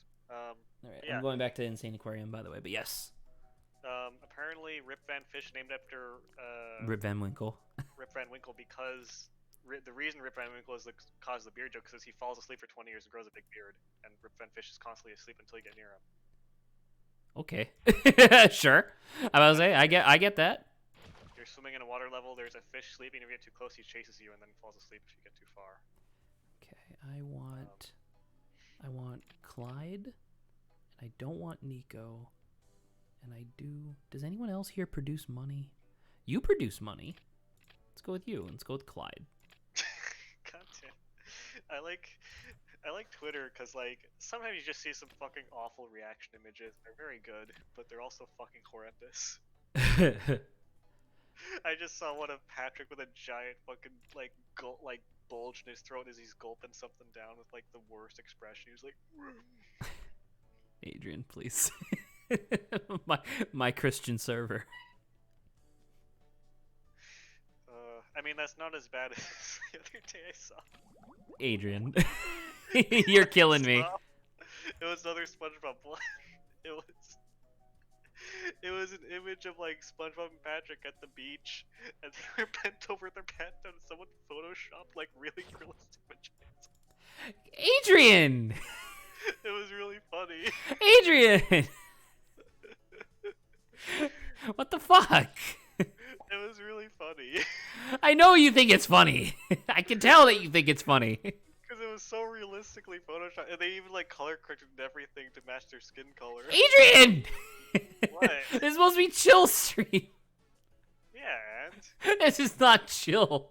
This is hangout stream. This is different. I wanted to just, I don't know, chit chat about life. This is what's been going on in my life. That's a good point. But yeah. I'll be honest, I don't Real follow quick, since you're TikTok. real quick, since you're on Twitter, can you give me your opinion on this new pet that I got? The manta ray? Yeah, He looks cool. I believe his name is Glide. He looks like he would be an Animal Crossing character. Animal Crossing character? Like if you took his face and like his colors. and Alien put on an signature Animal type character, I'd believe 2. What the hell is this? Oh god, I remember this one. No, this one's bad. Oh god. Mercy, please. it. But yeah, he looks like he has the face of an Animal Crossing character. Oh yeah, I believe that. Okay, that makes sense. Did we ever talk about that? Not that it really. Oh my God, Saba's actually here for stream. Saba, I am so sorry for the stuff that Adrian was saying earlier. I do not advocate. I'm not. I do not advocate for the type of nonsense that Adrian brings up 90% of the time. However, I continue to invite him to stream because he's funny. I do not advocate it. However, I do think it's funny. Exactly. That's exactly my point. I had yeah. a moment in my D&D game the other day where so we were in like a brothel with like a very shady, evil, like blatantly evil owner who like abused the girls, whatever. And our character's part of a rival crime gang, and there was only two of us at the moment, and we were the two most good-hearted members of our party. And so we're on a whim, we're just like, hey, let's just bust one of these girls out of this horrible brothel, and we did. And it turns out the guy who owned the brothel was like one of the most powerful gangsters in the city, and we initiated a gang war unwittingly. Is this you as a player or as a This is DM? me as a player. Ooh, I exciting. I helped free the woman. Except when we went to report it, my character, being a noble-hearted idiot, was like, "It wasn't my idea, but I went along with it. I was very for it." Immediately as we reported it, and the other player was like, for a second there, I was about to clock you in the face. Yeah. We were talking about before that. I don't remember. What were we talking about? Oh, you were talking before about how this? you don't endorse my ideas, even though you constantly. I don't endorse like 70% of the topics you bring up when I ask you to bring up a topic, I don't approve of. However, they are inherently funny. Yes. It's like when I show my parents videos of like babies falling over or something like that, where they're like, "Zach, that's horrible," and I'm like, "But you laughed." Yeah. Oh my god. Adrian. I saw another thing on Twitter. I'll post it on Discord. But you know. Oh those, my god, Frylater full of ice. Yeah. Had enough of this shit. I'm about to take this whole restaurant out. Oh my god, that's true, because it's fucking oil. I didn't think about that. That's horrible. Yeah. That's awful. That's one of the worst things I've ever seen. When you've had enough. Yeah. Oh yeah, I wanted to ask about my job saga before with my aunt and stuff and how it has progressed. Are you talking about the made-up story that I have to keep telling my my parents and my sister, so that way they stop asking me about Saba's job prospects?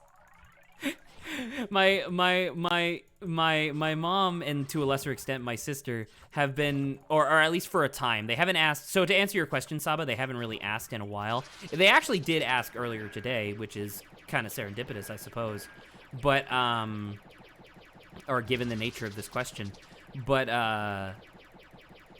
yeah, there was like a thing where I had to make up this whole narrative about like Saba getting a job working under the table for her aunt at like the mayor's office or something like that. And then like every time my mom asked, I had to come up with details because at the time I was hanging out with Saba a lot, and so she assumed that I was just constantly talking with Saba about her job, and so I had to constantly just make up shit. And so the narrative started getting like really crazy, where like Saba was like illegally hired by by her aunt and stuff like that, and so Saba was gonna get in trouble. And when my mom asked me today about like, oh, how's that job at Saba going, I'm like, oh, she didn't keep the job, she left. And that was it. That's the end of the that's the most recent update on the story for you, Saba. You live a very exciting life, according to me. Nice. Oh. Dude, look at all these coins. Look at all the coins. I love them. Oh, that reminded me, have you ever heard of the game For the King? Yes, I have. I don't remember exactly what it looks like off the top of my head for some reason, but I have heard of it. It's like a very voxel, like low poly, like type, like game with a very stylized look. Oh my god, why, please? It's very high fantasy. Okay. It's Why do you bring it up? I bring it up because A, I think it's a good game, and I was curious to see if that would be a co-op stream because I have that game. And B, because it reminded me of an inside joke I made for my friends that would take too long to explain. It doesn't have a very good punchline. Oh no. Okay. It was like I was reminded of something that wouldn't be a good story, but then I just like the game itself. I will definitely consider, because as I said before, I respect any recommendations that are made, so I will definitely check out For the King, especially since it sounds familiar. There must be a reason why why it tugs at my brain. So the premise is that everyone you can have up to 3 players, or you can have one person controlling multiple players, or whatever. But you can have a party of up to 3. And the premise is you're all peasants, craftsmen, or normal-ass people that are trying to save the kingdom. Except you are not the first, you will not be the last. People have failed before you, you'll probably die. Oh no. So instead of having like a warrior class to start with, or like a knight class, your jobs are like you can start as like the blacksmith, the scholar, the herbalist, the hunter. Like jobs. Like regular jobs, as opposed to classes. That's funny. There's 2 that are very funny. One is the minstrel and one is the busker, and the only difference is the minstrel is more reputable and the busker's kind of just like a street performing jackass. That's pretty funny. I like that. You know what, motherfucker? Eat some of these guys, please. There's so many. I can't even fucking click on the coins. Oh my god. Are you looking at my screen, by the way, Adrian? Are you seeing what this mana ray is putting down? Very satisfying what the mana ray is doing. It's very cool. However, it does mean that there's now an infinite source of coins that I can't do anything with. But yeah, so the way that For the King works is There we go. there is a hexagonal map, and everyone has a certain amount of speed based on the terrain they're in, the character, and the dice roll. And each turn, anyone can go within their speed on the map, and either go to town, do quests, or engage in battle. And if you engage in battle while allies in a certain range, they'll join that battle. Battle is turn-based, and your attacks are dependent on your weapons, and your chance of seeing them are based on your character. So, for example, the blacksmith has good strength, which means that the blacksmith is good with strength weapons, but also good with like talent weapons, which are like boots. Hey, Adrian, would you mind doing me a favor? Hold on for a second, because the screen is now completely filled with fish that are just dying because I need to reset. So I can't hear a fucking thing you're saying, and I really want to listen. All right, motherfuckers. There's none of you left. You're all dead. All right, now you are carnivore food. All right, please continue, Adrian. I was saying that at what point did I cut off for you from the sound? So I was hearing you talk about like how I think it was either combat or just interactions in general were functioning just under like certain roles on certain stats, essentially. Right. So like the blacksmith is good with strength weapons, etc., etc. Yeah. Combat is simple but fine. Enemies have like armor, which blocks physical damage, and magic armor blocks magic damage. Certain attacks either deal more damage, AoE, or pierce armor. And there's a bunch of different weapons and skills you can get to circumvent or whatever. The main draw of the game is that you can. It's weird because like you should be playing cooperatively. You should. But you don't tell me that you can actually. Oh no. It is entirely possible for you to be like, hey, I'm a high speed character, which means I can ambush and flee easily from combat. I'm going to start combat with my friends in range so they join, and then flee and leave them to fight the enemies for me. That's really funny, actually. You shouldn't do this if you want to win, because you don't get XP for battles that you're not in, or any treasure battles you're not in, and you want your friends to help you fight things. However, By the way, Saba, do you like my new fish? Adrian, can you see my new fish? big like red-eyed one. Yeah. Um, He drops literal treasure chests. Nice. But yeah, so the premise of the game is fairly simple: move around, fight enemies, do quests, and try to win the game without dying. Do fight, yeah. There are a few mechanics that are like, I guess, not inherently important to the game. Like, you can't just stay around and grind because there's a chaos meter, and the more it rises, the stronger enemies get, and the more bad stuff happens in the world. But the central point is you walk around, do quests with your friends. You can either drag people into fights, help people fight other people, stuff like that. I think the fun part about the game is the fact that there are multiple game modes. So the default game mode is the king wants to save the kingdom. There are other like stories or game modes. One of them is like, oh, it's winter, so you constantly take cold damage, or like, oh, you have to ferry the seas, deal with the ship mechanics. One of them is a pseudo-competitive mode where the goal is to get as much money as possible over everyone else. Ooh, I like that. So it's like That sounds my speed. So it's like you're not gonna win if you go into every fight solo, because fights are more or less balanced for at least 2 people, usually 3 people to help fight the enemies. However, if your friends are there, you have to split money. So you have to figure out how. Does it have to be balance, split evenly? Like, does the game force that? The game does it so that when you finish a battle, the rewards are given like one at a time. So there's the money and then any items in order randomly. And if No! Okay. Holy shit! I'm sorry. Sorry. Yeah. It's done so that like, let's say you have player A, B, and C, and the rewards dropped are gold, an herb, and a weapon. It'll start, player A can either choose to take the gold, split the gold, or pass the gold on to someone else. And then player B can either choose to take the gold if player before them passed it, or take the next side, which is the herb. And so on and so forth, and it rotates on and Okay. on. The rotation stays consistent between groups, I think. So like, player 1 won't always just get the first pick, it'll be the next player rotation consistently.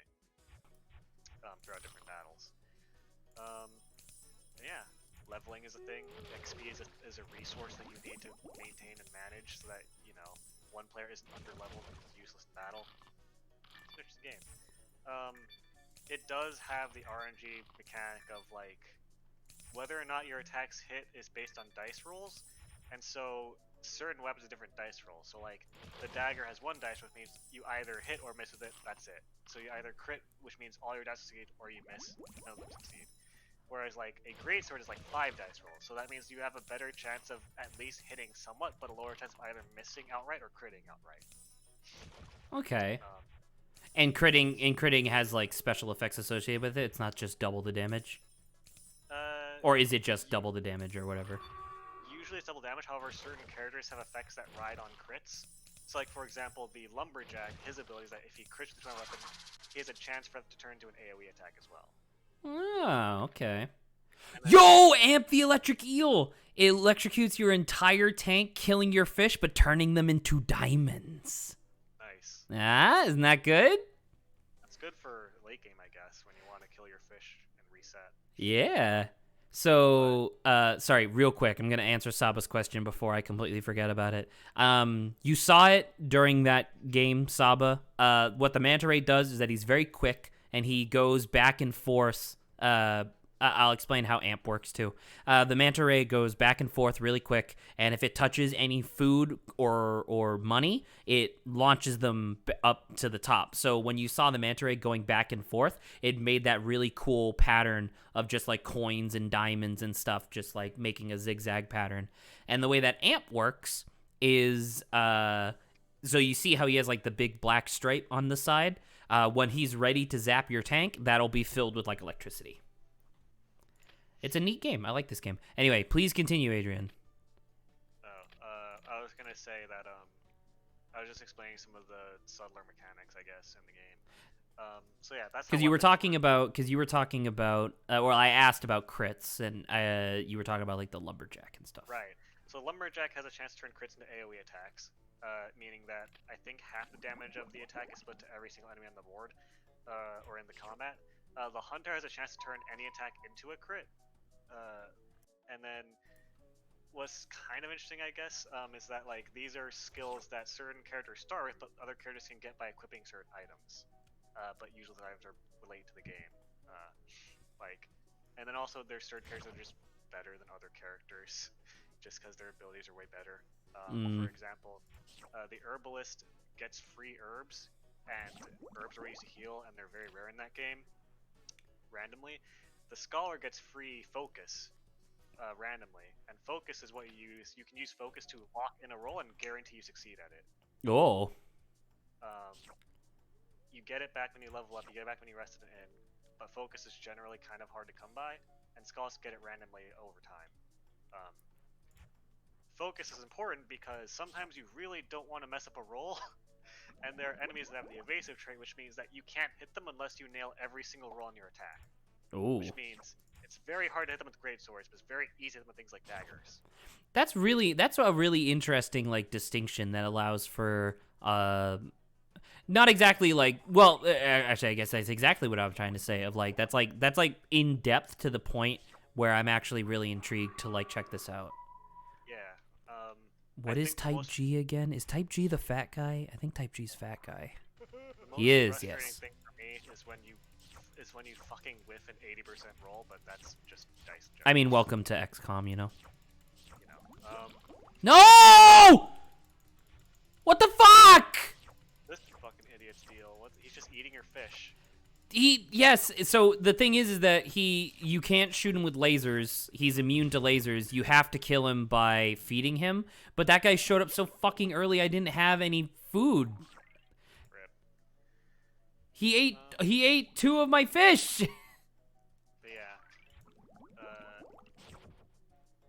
So I guess that's the basic premise of the game. I guess generally what I usually try to do is go for low dice, like weapons that have a low amount of dice that also can pierce armor. Because piercing armor is really fucking important.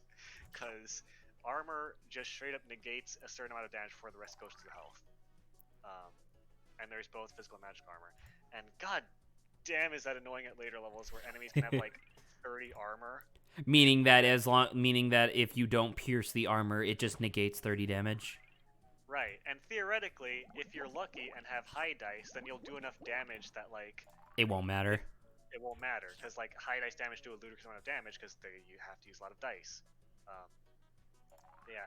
Also, different weapons have different abilities, like I said earlier. So like certain grades of like power attack, which means your dice each have a reduced chance to hit, but they deal more damage for each one that succeeds.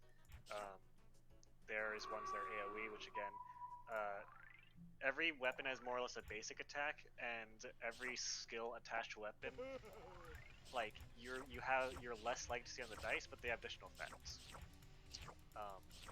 One of them is taunt, which is attached to shields, which means that enemies are guaranteed to attack you instead of your allies. Which I will also say, I don't know for sure, but it feels like the AI always targets mages and weaker people in your party rather than people that.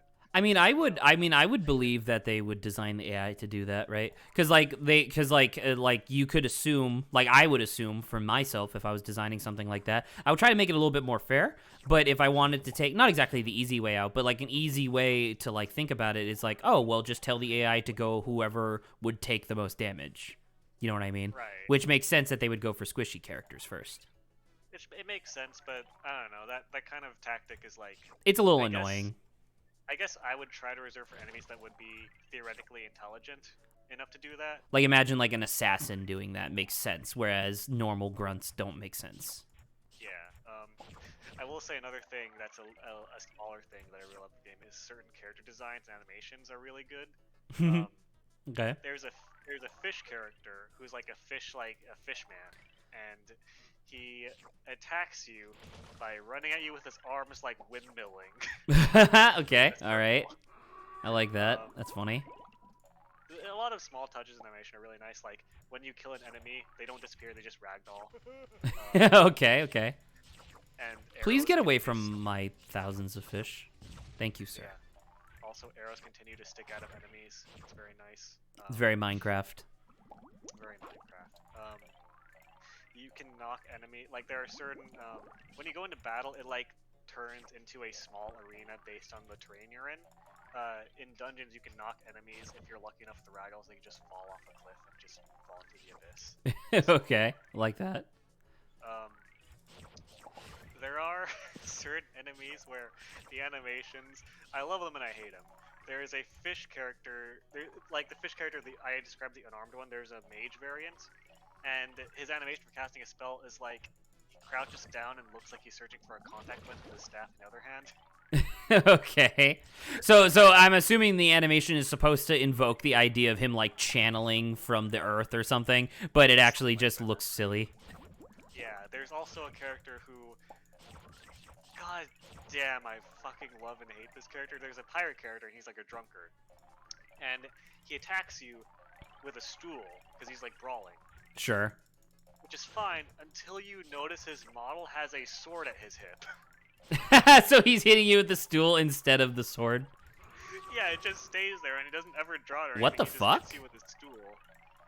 Am I about to get absolutely obliterated?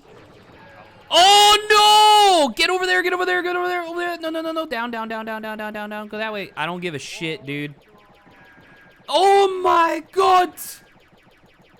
I know that the octopus is recovering health, but I gotta do this. Oh my god, look how much health he has! They didn't program it to not go over the top! No! He's overhealing. He overhealed! He gained his fucking shield, dude! What the hell? I didn't anticipate this, I'm not gonna lie. Did they actually do anything? Sorry? Did they actually do anything? It looks like our fish is still alive. Wait, come on. Oh, he's eating. He keeps. Okay, so because you're so quiet, would you mind saying that again? I was asking, did they actually do anything? It looks like your fish are still all alive. Well, so most of my fish are alive, but the thing is that so you see these fish that have like the big dumb stupid face. Yeah. The ones that are like pooping out other fish. In this particular level, if you run out of those, your economy's gonna like grind to a halt.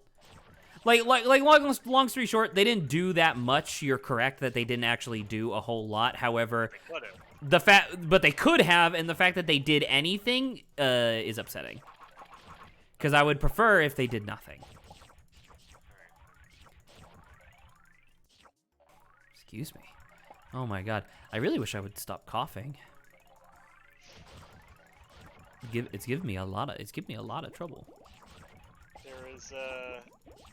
There is a secret class in the game that you can unlock only by succeeding on a random event roll in the overworld, and it is the hobo.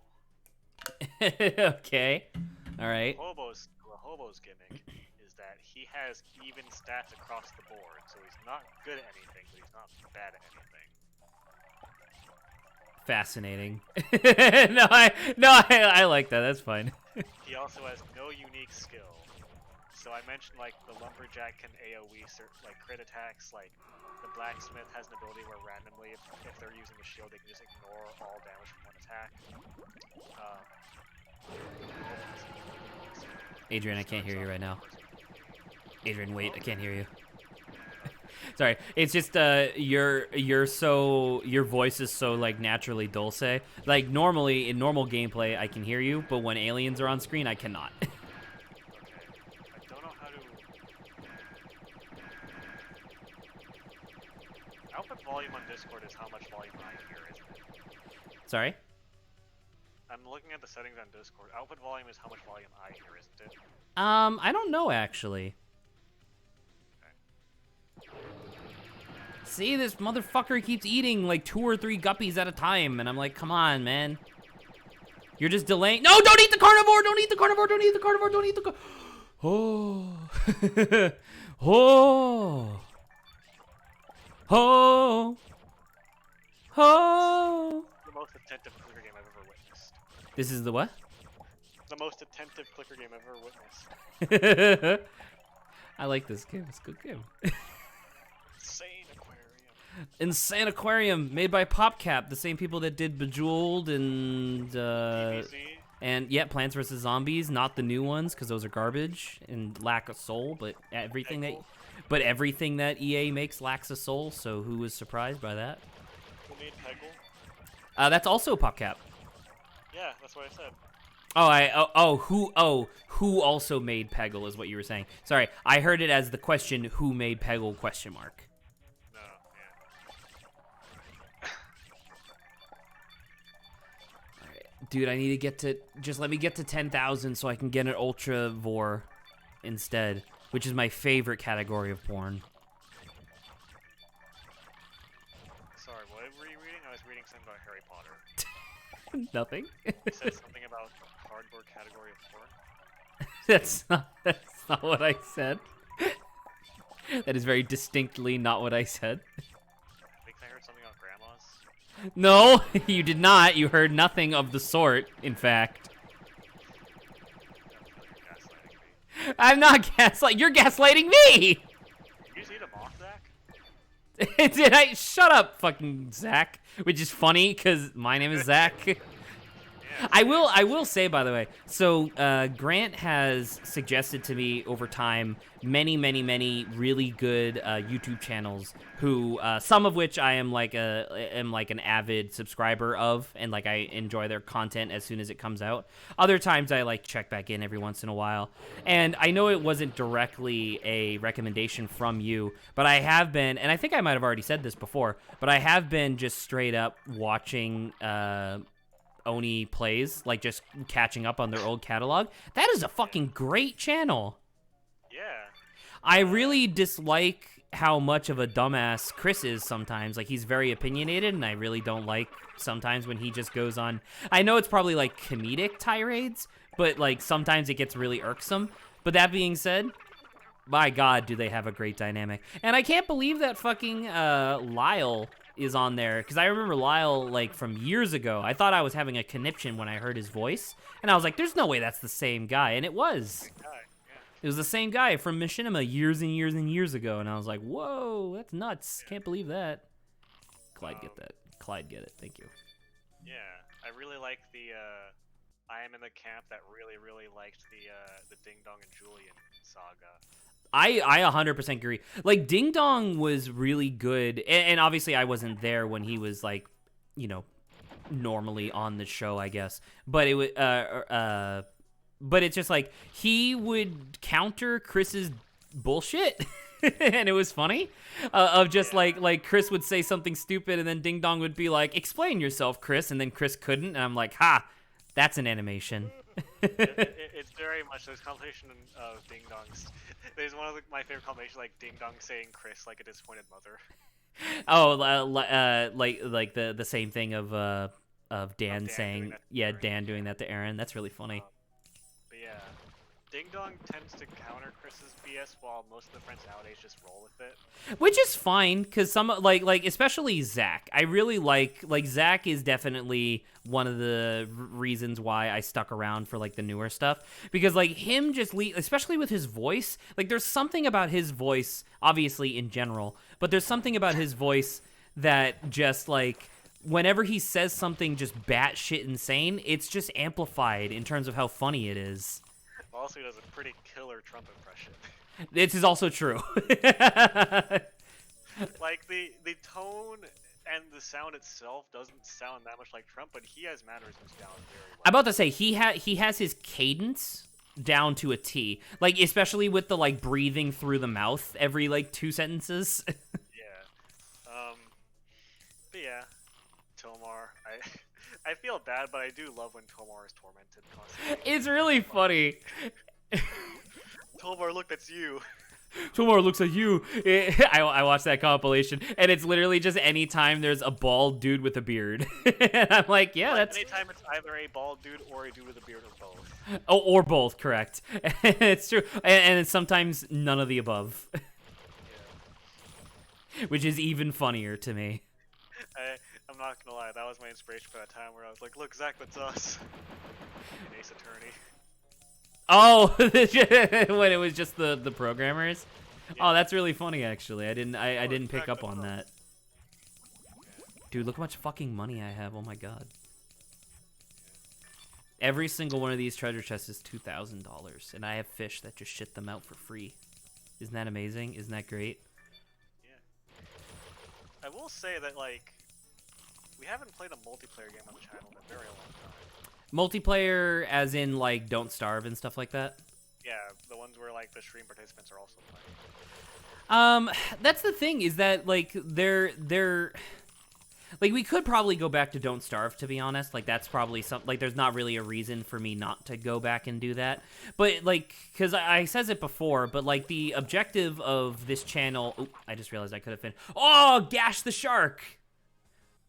So, Saba, if you're still watching the stream, Gash the Shark is like Itchy the Swordfish. However, and he deals ×4 damage, like 4 times as much. However, he will just eat your guppies. He will automatically target the small ones first, but eventually he eats so quickly, like the longer the level goes on, he eats faster and faster, and he will just eat the medium and then the large fish, which is very bad. I will not be using him. I do not like him. But anyway, wait, I don't need her. I need Clyde. There you go. You're talking about multiplayer games, right? Sorry. So like my actual objective for what I want from not only the YouTube channel but the stream for now is that I am desperately trying to crystallize good memories as much as I can and get them on recording, so that way, like 3 years from now, I can look back on these times in a positive light. So that's why like on co-op mode I'm showing people games that I really enjoy, and why on theater mode it's like me, Grant, and Lawrence for the most part are all experiencing Ace Attorney for the first time, because that's something I've really wanted to do for a long time. And for me personally, excuse me, I had to cough.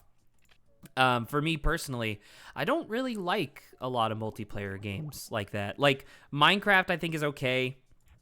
Don't Starve I thought was fun, but I didn't really get what we were like shooting for. Like Don't Starve felt like it didn't really have the creative hook that I need. Because, like, the thing that I really like about Minecraft is not even necessarily a creative hook. Like, the thing I like to do in Minecraft is just to gather resources. You know what I mean? And I can't really do that in Don't Starve because you deplete resources in zones. You know? Yeah. And so it's just like, so that's one of those things where it just kind of, it's not like it lost me or anything like that, but it's just like, I don't know. If you had other suggestions for, like, just straight up multiplayer games, because I know you just were talking about For the King, which apparently is multiplayer, which I was unaware of. But, like, if you have any other suggestions, or if anyone else has any other suggestions, I'd be willing to, like, try. But just based on the list that I have going, I don't really have stuff that I want to play.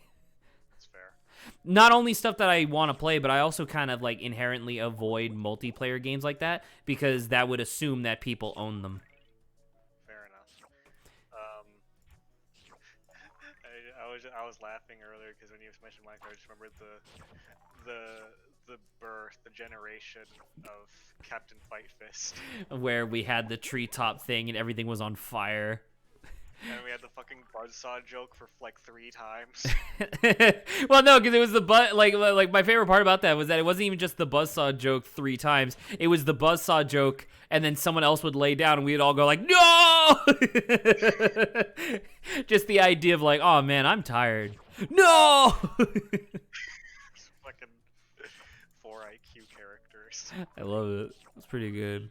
Captain Fight Fist. And were you Dr. Doobat at the time? Because Dr. Doobat and Tomfoolery were established in Terraria.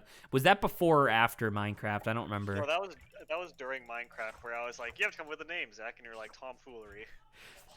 You know what? I'm going to straight up admit I don't think I'm clever enough to come up with the name Tomfoolery. I'm assuming someone else said it, like either Saba or Grant, and then I went, "Oh yeah, that's a great name." I think actually you're right. I think it was Grant. Like after I said, I was like, I think it was actually, it was either you or Grant, like 50-50, or I guess like 60-40 on Grant. I'm about to say, you attribute the creation of Tomfoolery to me purely because it is my alter ego. However, I did not come up with the name because that's a really good name. It's a really good name. Although that is the type of name that I would make because I fucking love pun names. And again, I only like 1/4 came up with Captain Fightus, but I did come up with Dr. Dubad on the spot. You did come up with Dr. Dubad, which is really good, which is funny because it's basically just Dr. Doolittle but a villain. I'm not gonna lie. I thought Dr. Doolittle's name was Dr. Do-Good. Really? Yeah, when I made that name, I was like, oh, there's a pet doctor. He's Dr. Do-Good, right? He's Dr. Doolittle because the joke, the joke with the original TV show was that he was a veterinarian who didn't have to do anything because he just asked he would just ask the animals what was wrong. Yeah. Dr. Do-Bad.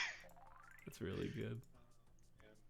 And then I also that reminded me of the next time we expanded the lore was like when we were skipping through part of Eastern A2 in the Clown Cave. With the interview with, like, when Sav's like, well, you see, my powers work only on French people and evil people. I forgot about that, yeah. And I have the power to declare anyone French from the French government. I have the power to declare anyone evil from the Pope.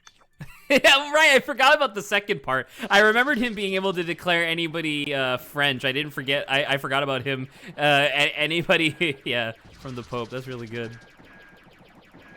Oh, man. Unfortunately, Phoenix Wright is neither, so... It bothers me slightly that the name is directly from, what's his face? ProZD. Yeah, ProZD, because I love the character that we've built over time, and I love Grant portraying the character. But the problem is that if I talk to somebody who's already in the know and I talk about Captain Fight Fist, they're like, "Oh, you mean Captain Fist Fight?" And I'm like, "No." To be fair, I think Captain Fistfight showed up in 2 sketches. But still, it's ProZD versus us. I guess. Which is the thing where it's not like there's like a brand that we have to like adhere to or anything like that. But it is the sort of thing where like I really want Captain Fight Fist, Dr. Dubad, and Tomfoolery, his assistant, who may or may not be gay for him. Yeah, I forgot we established that the fucking Jackbox. we established wait, wasn't it, oh, fuck, I can't remember the specific, but it was something along the lines of like, yeah, Tomfoolery like was trying for a really long time, but Dr. Dubad is dedicated to his work. I think it was a game where like you get images and you have to put captions on. I think it was like Break the Internet or something like that. Where you have images and you have to put captions there, and it was like a romantic vista with like a car like on the sunset, and I was like, about to take Dr. Dubad here, wish me luck, guys. Yeah. Something like that. Yeah. Right, because I remember during that Jackbox, my name was Dr. Dubad, and sorry, mine was Tomfoolery, and yours was Dr. Dubad. So I was like, dude, the jokes write themselves. Yeah. Jackbox is fun. There are a lot of good memories from Jackbox. Jackbox is good. There are a couple games from the new pack that I think are really good, and I think we would all enjoy as a group. Like I think Blather Round is a brilliant design. But then there are other ones that I don't think would be very good at all, such as the the one where you have to do a impromptu speech. I don't think that we would do very well at that one. I'm fine with any of them. I like the ones that I was drawing the most on for obvious reasons. I mean, obviously. I mean, Champed Up is really good. I like Champed Up. What was the one we had where it was like the winning shirt was like it was like TKO and it was like I have depression or something like that? No. You forget, sir, because Dave bought the shirt, so I remember forever because he posted himself wearing it. It was my caption and Carrie's drawing came together for the brilliant shirt. I miss my virginity. which was a moment of brilliance on my part, I will say, because I remember thinking that, because like it was, because I don't know, I really, man, we gotta play TKO again, because I'm just remembering what my like strategy was for coming up with like funny captions. It was literally like just let my mind wander to a really depressive place and then write whatever I thought. Here we go. Oh man, this this Ultravore is gonna be not happy in a moment. Oh my god, I was trying to scroll up for a second to try to find the t-shirt, because I remember you posted a link to it. I remember seeing a picture of it, but Oh, that Scroll- link is long dead, by the way. Right. I was trying to remember if Dave posted, but I still remembered fucking the wavelength one where I was like, I think Zach lives in an ivory face how he's drenched in oil and he drops oil every time he speaks. His mouth opens. He cries oil from his face. It really, which to be honest, Adrian, is A, true, and B, hurtful, but it is funny. So it's like, because like I want to be like, come on, Adrian, that's not cool. But then also like it does make me laugh. So I am caught between a rock and a hard place of like, man, I am concerned about my oily skin. However, it is really funny the idea of like the U.S. invading my skin. He drops oil every time he speaks. His mouth open. Like it's not coherent, but it is coherent. The idea is cohesive. Yeah. Oh, there you go. Don't you like this? Isn't this a much better aquarium when things are simple like this? I just got my ultravores. We're good. Life is simple. I will say, thinking back to that wavelength game, I like soul read you like 2 times, and I got overridden by a party both times. That is true. I do remember that. I was like, I think Zach would rate lower, and I was like, no, the answer's higher. And I was like, I think Zach would. It was like, no, that's just like, all right then. And it was like twice. I lost an ultrasaur. It's okay. I got a new one. Rip. Sorry, ultravore. I keep calling them ultrasaurs because I'm thinking of Hearthstone. What were you gonna say in response to me saying I soul read you? No, I was just saying like it's surprising because like you and I have a really weird relationship when you trace it back through time of like obviously there are events that we don't need to bring up because we've talked about them like so many times already, but it's just like it's the sort of thing where it's just like despite the fact that you and I have the most consistent arguments, you do know me quite well, and I, on occasion, am able to, like, nail you sometimes as well. And it's very strange, because it's just, like, it's very similar to a relationship I had with one of my friends back in Massachusetts, where me and him did not call each other friends. We very specifically called each other frenemies, because I did not want to hang out with him. He did not want to hang out with me, but we had mutual friends who wanted to hang out with both of us at the same time, so we were forced together. But because of that, we had, like, a really keen understanding of each other. And it was a very weird sensation that I'm really surprised happened again with you. It's also very strange because like I feel like on like especially in the wavelength streams I've been able to like read you fairly consistently, except like I've known you for less time than other people that have been on those streams. That is true. Perhaps it's because I am deep down I am a quite simple person. I am very vocal about the things that identify me. I think it's more just like the amount of time I spend with you is much more telling, or I guess intense than the amount of time than the time that you spend with other people on those streams, I guess. Like the fact that like I just remember the category where it was like crusty to something else, and I put like dry skin or whatever, and everybody else was like was like, oh, there's no way that Zach would say anything higher than blah blah blah, and you immediately were just and I know you literally just said this, but you were immediately drop card activation. And you were immediately like, no, there's no way that Zach thinks that dry skin is like the crustiest thing in the world because he's never had to experience it before. And I was silent, like muted myself, and I was like, dude, how the fuck does he know? How did he? Because literally, like, because the number, if I remember, it was like something in the 80s or something like that, and I literally could not think of anything like crustier than like dry skin. I thought it was either way. It was an extreme, but I thought it was like 17, where everyone was guessing like 30 or something like that. I'm about to say we have the video. We could always refer back to the video, but it's just I remember it being something along those lines. It was way more drastic than everyone was expecting it to be. Man, I just lost 3 ultravores. No, sorry, 4 ultravores because of a laser ball. Great. Yeah, I'm surprised that Lawrence there for that, or was he on the train? I think he was on the train, so he wasn't really paying attention. That was the same game that freaking what's his face? God, I worked with him a few times at school. I can't remember his name. Kevin. He was also there for that stream, but he like didn't know anybody, so he wasn't able to like get any of the guesses correct, which is not his fault. I was gonna say, I think if Lawrence was there, he might have had a similar beat to me because he's lived with you.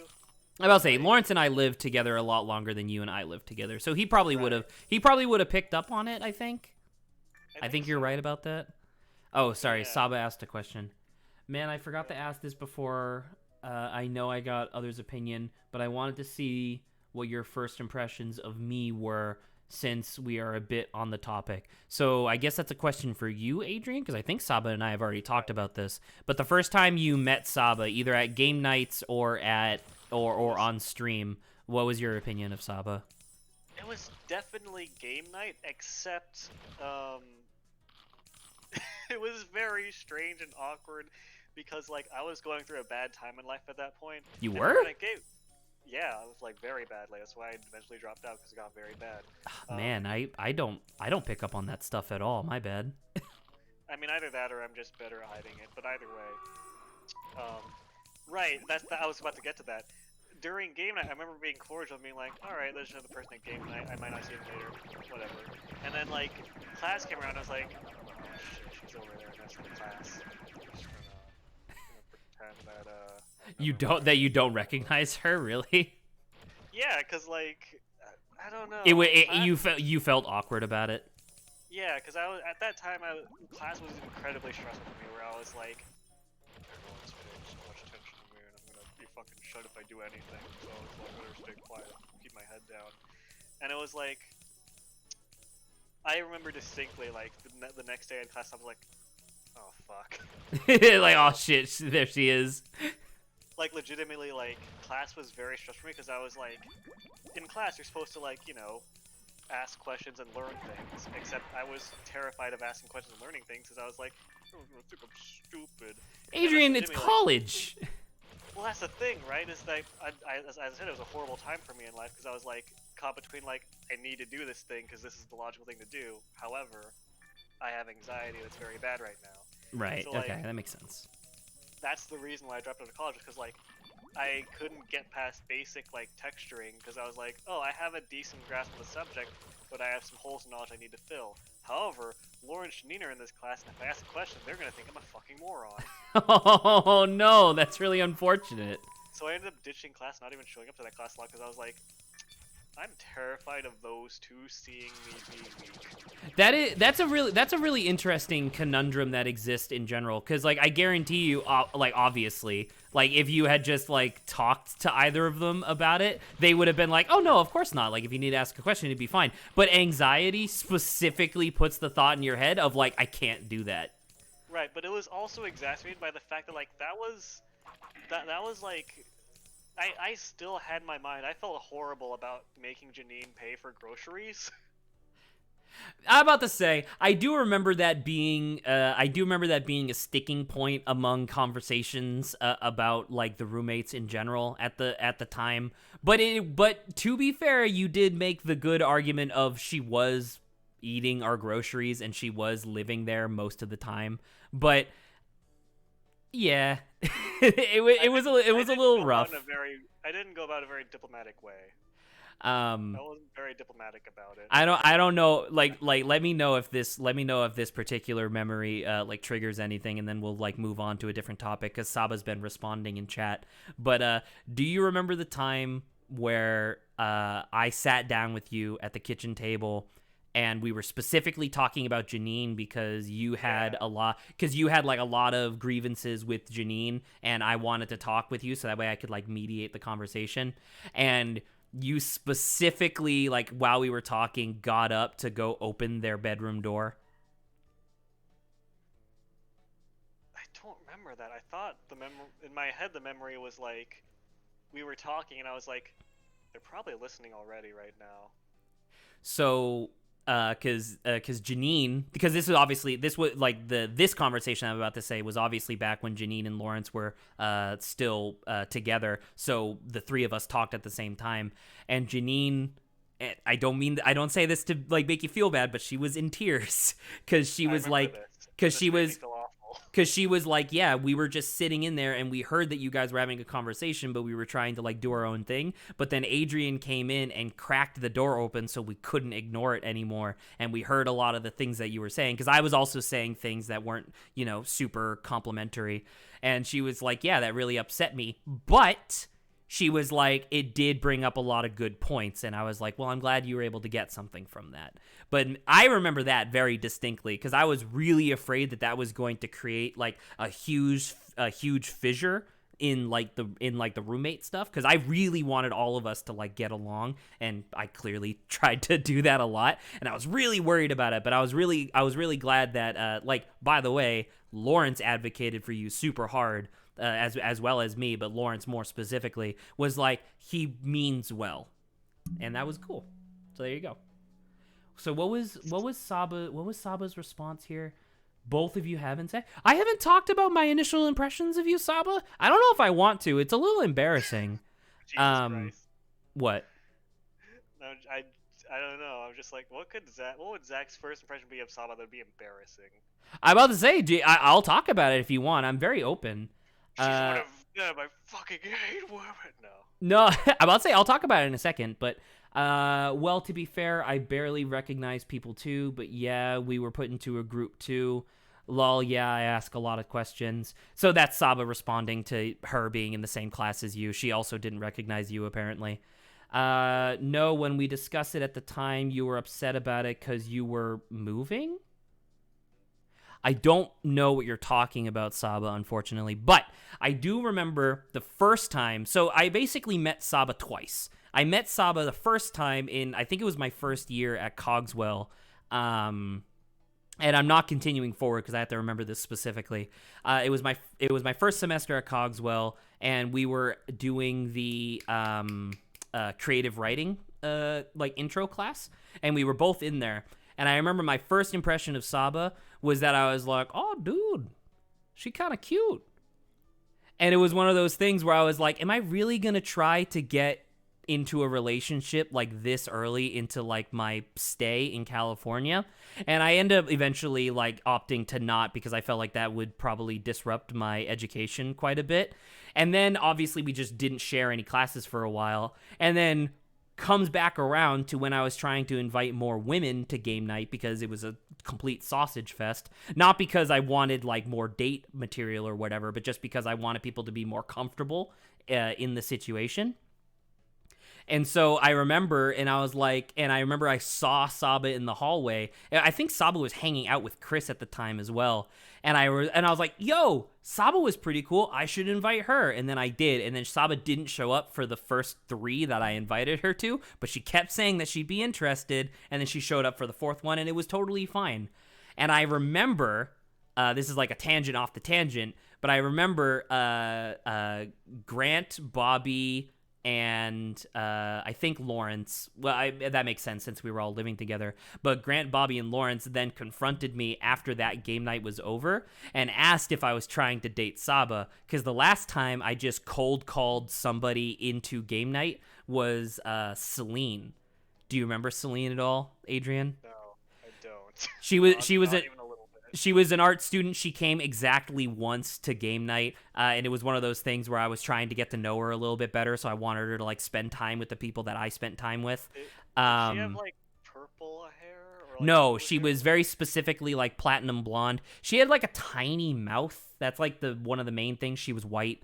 Oh, no, not at all. I don't remember this. I'm about to say, if like I don't have any pictures because whatever, but like if I was able to like point her out in a crowd, you'd be like, oh, I recognize her. You probably wouldn't know that she was Celine, but you definitely saw her a lot. Probably, but I wanted to just mention real quick. I don't know why, but I remember, I don't think it was Saba, but there was someone else that I remember when we were setting up game nights, you a lot were like, I invited this person, they should show up, and then they wouldn't. That was probably Miles, because one of the it was distinctly a girl. Distinctly a woman, really? Yeah, there was someone that you kept trying to invite that just like didn't show up a few times, or like I guess it wasn't super free, but like it came enough that I remembered it. I guess I don't think it was Saba though. I'm about to say, because the thing is that I don't exactly remember what you're referring to, because like the only women that I ever invited was Malia, which obviously that turned out pretty well. Saba, and then there was Rose, and then later Olivia. And the only person that you might be referring to was Rose, because Rose was constantly busy on the weekends because that's when she worked. I want to say, I might just be misremembering, but I want to say I think Olivia is the one that most suits that memory. But I don't know, I might just be misremembering. Well, that's the thing, is that I'm pretty confident that it's not Olivia, because I didn't start hanging out with Olivia until like the second to last semester at the school. And you had already stopped coming to game nights at that point. Yeah. Well, I don't know then. But anyways, you were saying about Saba, like your people, apparently people called you out trying to date her. Well, no, it was the thing. Well, because it was a direct reference to the fact that I had tried to do something very similar with Celine. So Grant, Lawrence, and Bobby were trying to just be like, "Yo, is this what you're trying? Is this what you're trying to do?" And I was like, "No, I just wanted her to be a game night because I think she'd be a good inclusion." And I was correct. Saba was a great inclusion for game night. Needless to say, given the fact that we are now streaming. But what? Oh no, sorry. Go on. No, I'm about to say, I was basically rambling, so. There was, fuck, I'm trying to remember the dude. I apologize, Saba, if this is really awkward, by the way. I don't know if this is necessarily an appropriate topic, but I thought it'd be funny. Right, I wanted to ask, what was your guys' impression of Jonah? I brought him, like, I think twice. You brought him twice. Before I give you my answer, what is your current relationship with Jonah? How are you guys doing? We like catch up once every like few days. Okay, so you're still like acquaintances? Yeah. Okay, so I'll be honest in the sense, as I've said before, I you know, because as with everybody, I have no problem with people at first. But then one of the things that really bothered me about Jonah was that I gotta pause for this because I gotta choose my words carefully. He cheated in a card game. It's not that he cheated in the card game, because you might, I don't know if you're specifically referring to Sheriff of Nottingham, because that game you're supposed to cheat, like that's the point. But like one of the things I very specifically tried to make part of like the game night culture was that winning didn't matter necessarily. Like winning was fun, but the point was to have a good time. So even if somebody was like winning or losing, that wasn't really the point. Like people should be focused on like having a good time as opposed to winning. And that was one of the things that kind of rubbed me the wrong way about Jonah when we were doing Sheriff of Nottingham and other such games. It felt like he wasn't just poking fun at people. It felt like the thing that he was trying to poke fun with was a knife, and then he would twist it every time he poked. And it was just one of those things that rubbed me the wrong way, because I know that like Janine, for example, really didn't have a good day on that first time that he showed up. The second time, I don't remember anybody complaining. But, yeah. So, Okay. I'm about to say, I was really glad that you invited somebody in general, and he seemed like a nice dude, period. Like, just talking to him was totally fine. But when it came to, like, actually playing the games, it was a little, Okay, I think that's fair. yeah. Obviously, I'm biased, but I don't think that was intention. But No, and that's the thing, is that my assumption is that he wasn't intending on that, but he never showed up after the second time, so I couldn't talk to him about it. right, well, I think if I remember correctly, his assumption that you didn't like him. Me? Really? On the premise that like you were very insistent that he paid for like a pizza that I'm pretty sure either I covered or he already paid for. Oh, really? Was that a thing? That was a thing, yeah. Okay, so allow me to explain that, so if that's the thing, and you said that you catch up with Jonah every once in a while, so if you wouldn't mind just explaining, that'd be really great. I keep tabs on that stuff constantly, because it became very apparent after the first year of game nights that if I did not keep tabs on what people owed me, they would quote unquote forget, and I would have to cover that bill, and I was not going to do that. And so perhaps it was my mistake. I was pretty sure that it wasn't, but we had bought a pizza earlier that day, and everybody had paid their portion except for you guys.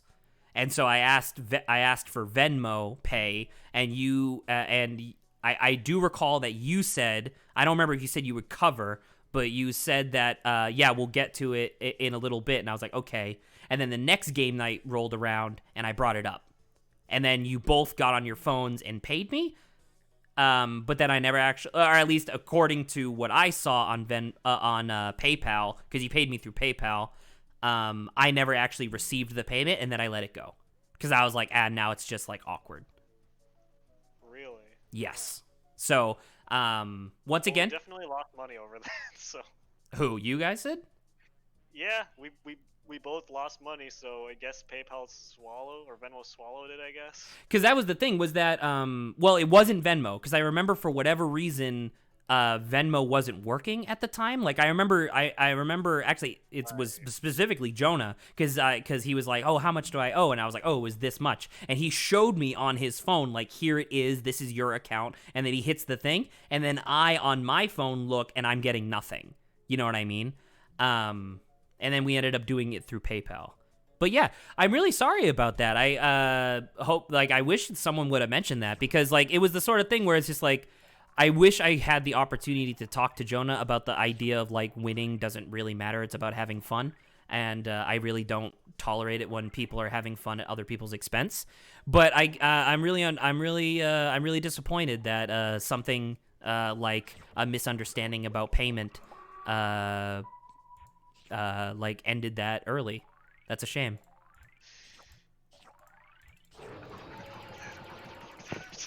What'd you say? I am trying not to poke at the idea that you try not to have fun at other people's expense. I mean, there's a difference between... No, but it's not... Okay, so it's not... I realize that the statement is actually a little bit silly. But there's a difference between having fun at somebody else's expense as, like, a joke.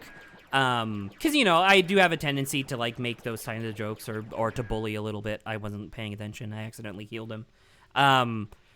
Like, I don't know. When I say have fun at somebody else's expense, I guess I'm specifically referring to the interaction that Janine had with him, where Janine was very upset. And that's basically what I'm referring to. Because, like, Janine had the impression that Jonah was just kind of like... It was like a sneering... like a sneering villain, to put it in my own terms, I suppose. But yeah. I'm not gonna poke at that 'cause it's supposed to be a chill stream. Sorry? Nothing. I mean, okay. All right. Let's move on before I get mad. Before I start balding. What was, I don't think... No, I answered the question. What was, I was gonna say something else before the whole Jonah thing as well.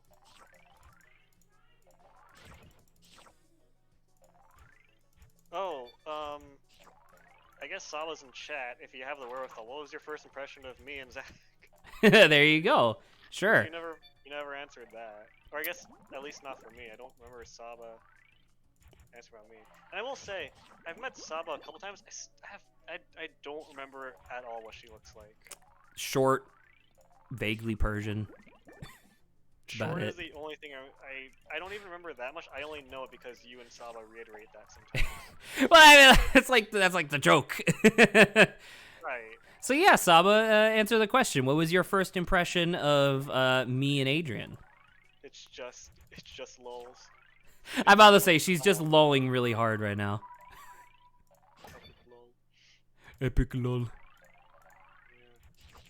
Yeah. Epic lol, oh my G. OMG. Oh my god, I'm so sick of this fucking octopus.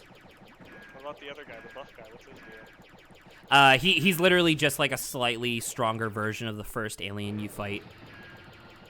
The octopus's thing is that he's fast, he instantly kills things, and he also regenerates health. Like, look at that stupid fish! What the fuck was that fish's deal? I don't know. Adrian, I thought was nice. That's to be nice. Fair, someone had to. Well, I mean, I was also running an event with 11 plus people at it, so I couldn't really. I was a little preoccupied at the time, unfortunately. I mean, that's exactly. If Zach wasn't going to, I was going to, because I was the one that owned the game. That's a good point. Which I totally forgot about that, by the way, because I was looking the other day because my aunt has been asking me like, oh, you have any other like suggestions for like games that we can play? And I legit like searched through my closet here in North Carolina looking for the big box of Red Dragon Inn, and then I was like, oh wait, that was Adrian's. Yeah. Like how. I probably dropped like a cumulative like $200 on that. I do recall that, and I don't know, like obviously it was your money and it's your opinion that matters the most, but like I don't know, I kind of thought that was worth it. We definitely used it a lot. We definitely used it a lot to the point where you started hating it. To the point where I did get frustrated. I believe my favorite phrase was, it was my favorite game that I hated to play. I don't remember. I don't know if I remember as much. I thought your story was weird, but that you made, thought you were competent in discussions. What the hell What? you thought? I don't know if I remember as much, lol. I thought your story was weird. That you. Oh, this is Saba talking about me in creative writing. Because I was competent in discussions, thank you, I really appreciate that.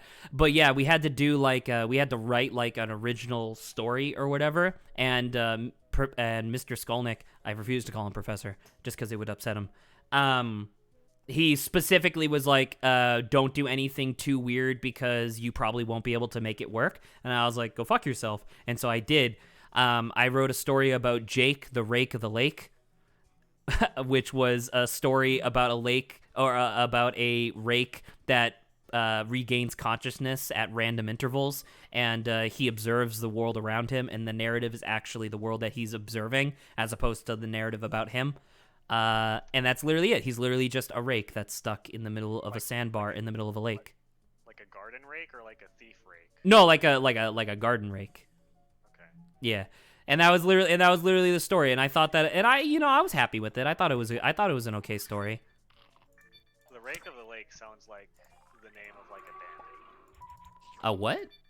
Like a bandit, like a thief. Oh, bandit. Is that what a rake? Is that what a rake is? Is that like another word for a thief? The proper definition of rake is a fashionable or wealthy man of dissolute or promiscuous habits. Really? That's weird. I'm really surprised I haven't heard that before.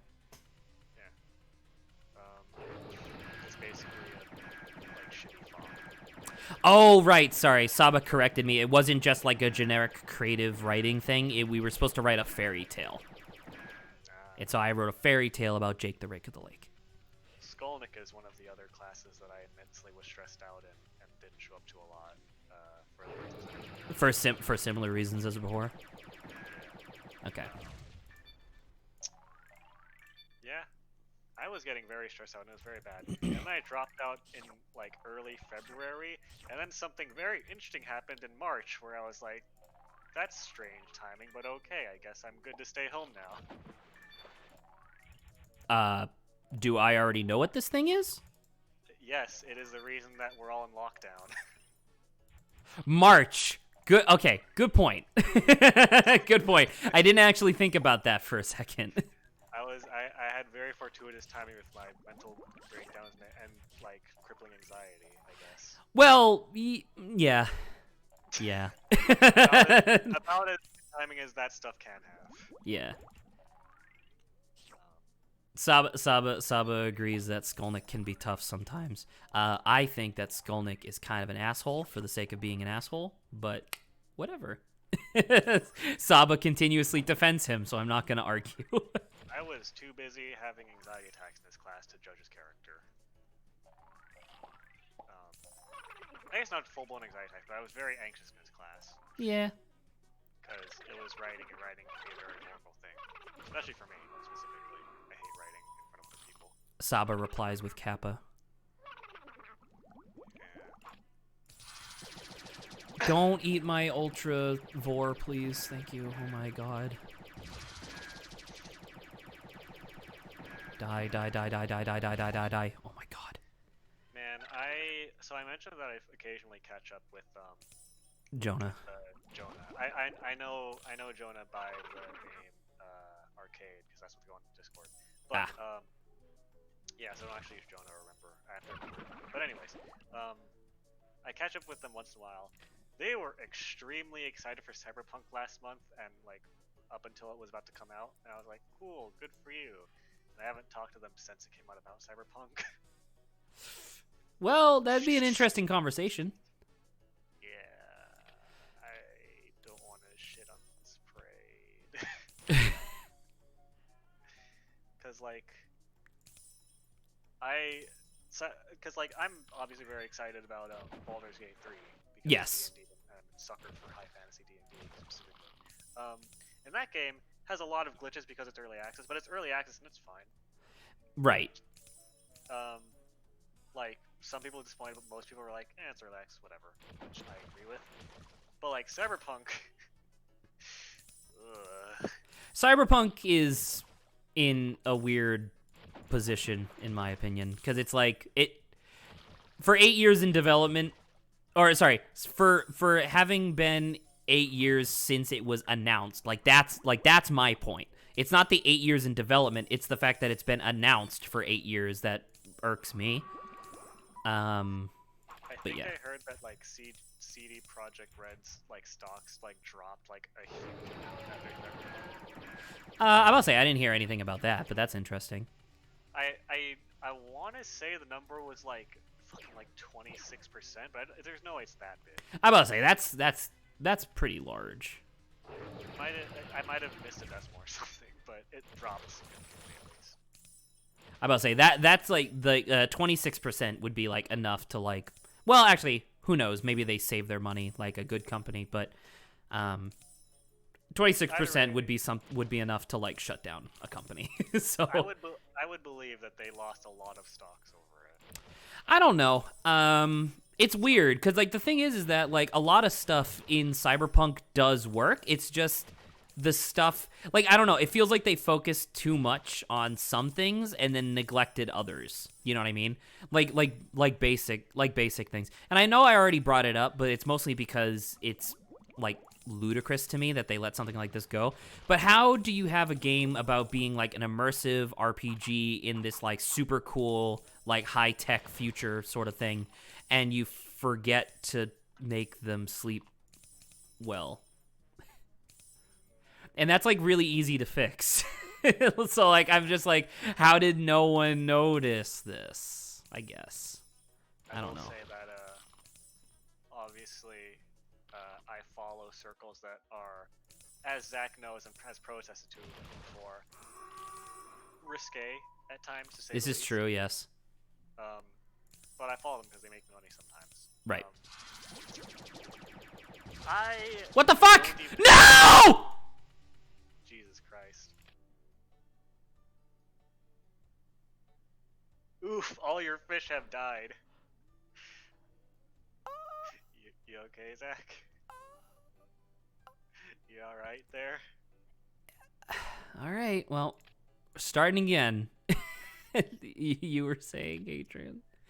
I was saying, I don't even have the game, but from the screenshots I've seen, I am immensely disappointed at what the game's idea of large breasts are. I am vaguely aware of the post that you're referring to. There may or may not be some risque illustrators who have posted stuff of similar caliber. And I agree, to be quite frank.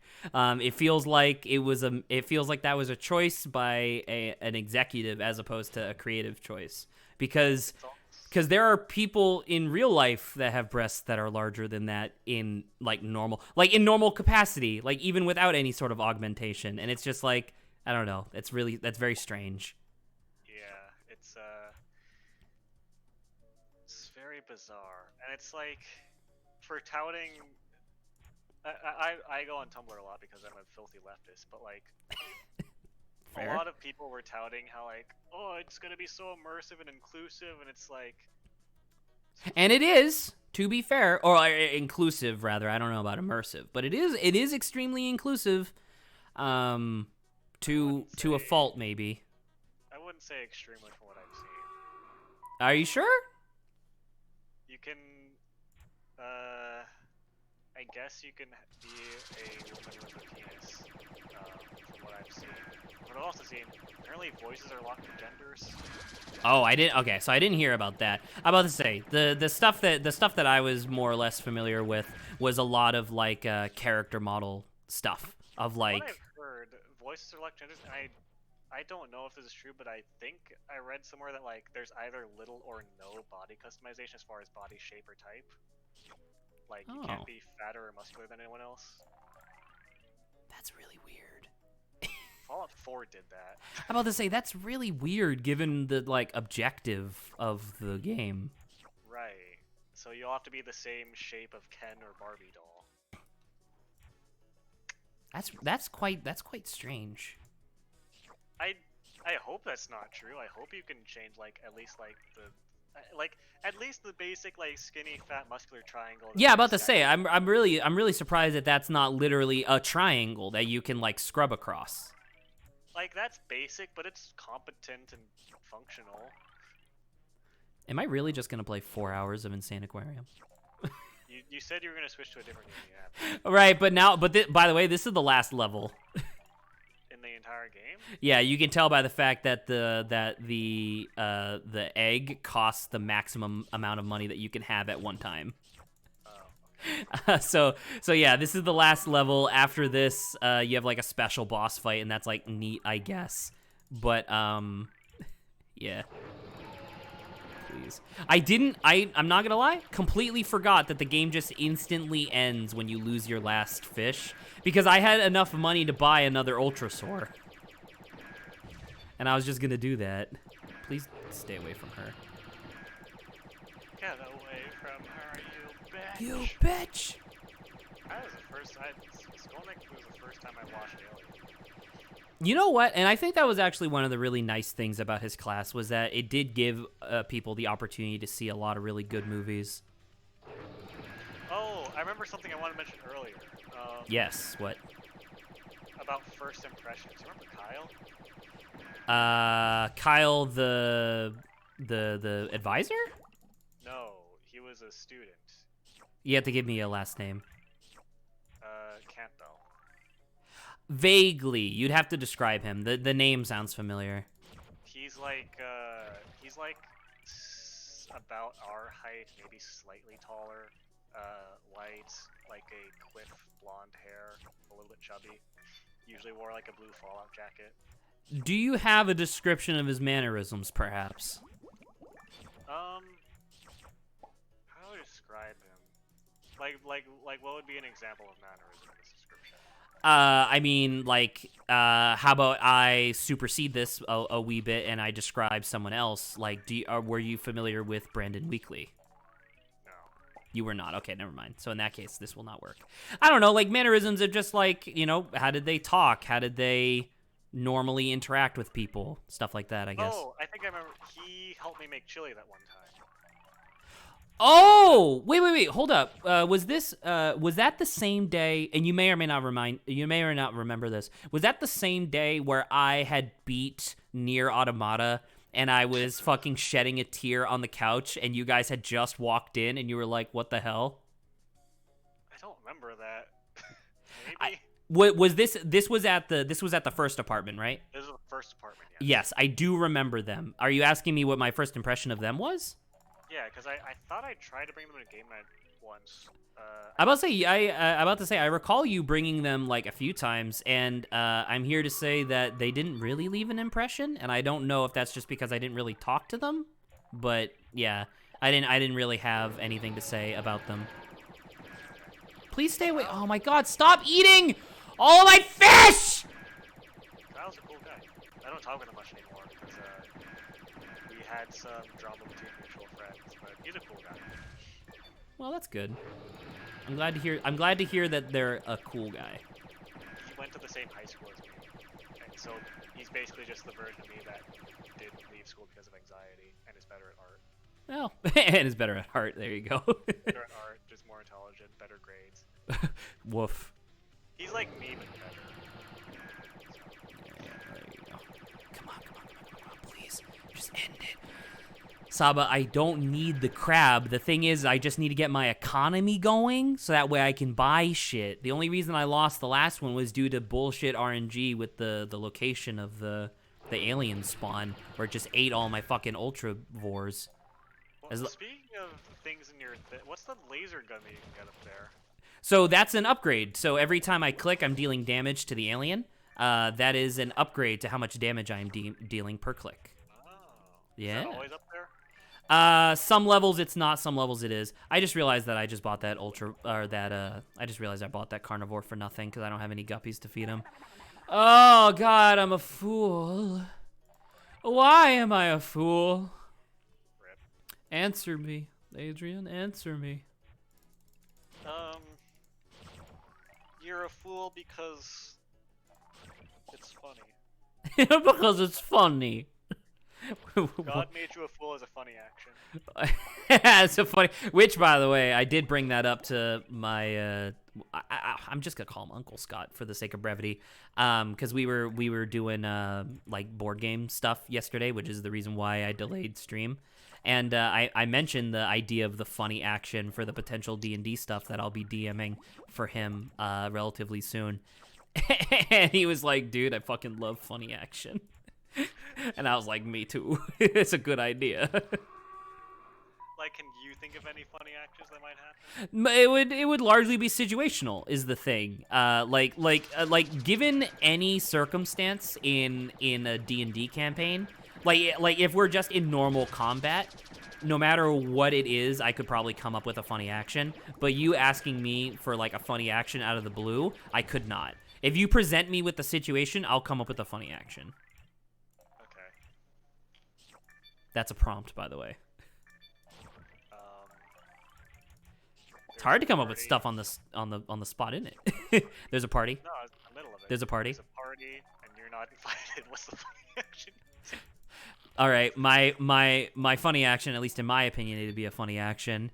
I would try to I would send 1 million invites to start my own party, but then no one would come to that. That's just a sad action. It's a funny action. It has to be funny or else it's sad. No, that's the sad reaction. That's the sad reaction. That really hurts. I'm taking like psychic damage from this conversation. See, that was your sad reaction, taking psychic damage from that. Oh no. Oh, come on, video game. Give me my ultravores. I had so many ultravores. I can't believe I had to restart. I'm so upset. That was the first time I lost in literally like over a decade. First time you lost anything? Well, no, in this, obviously. Oh, okay. I've never lost before. What is this feeling that losers have? I've never experienced this. Die. Die. Play-ass monster. It's a claymation-ass, like, big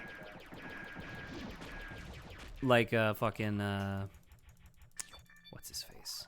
Oh, God, I can't remember the guy who was, like, super famous for doing the claymation stuff.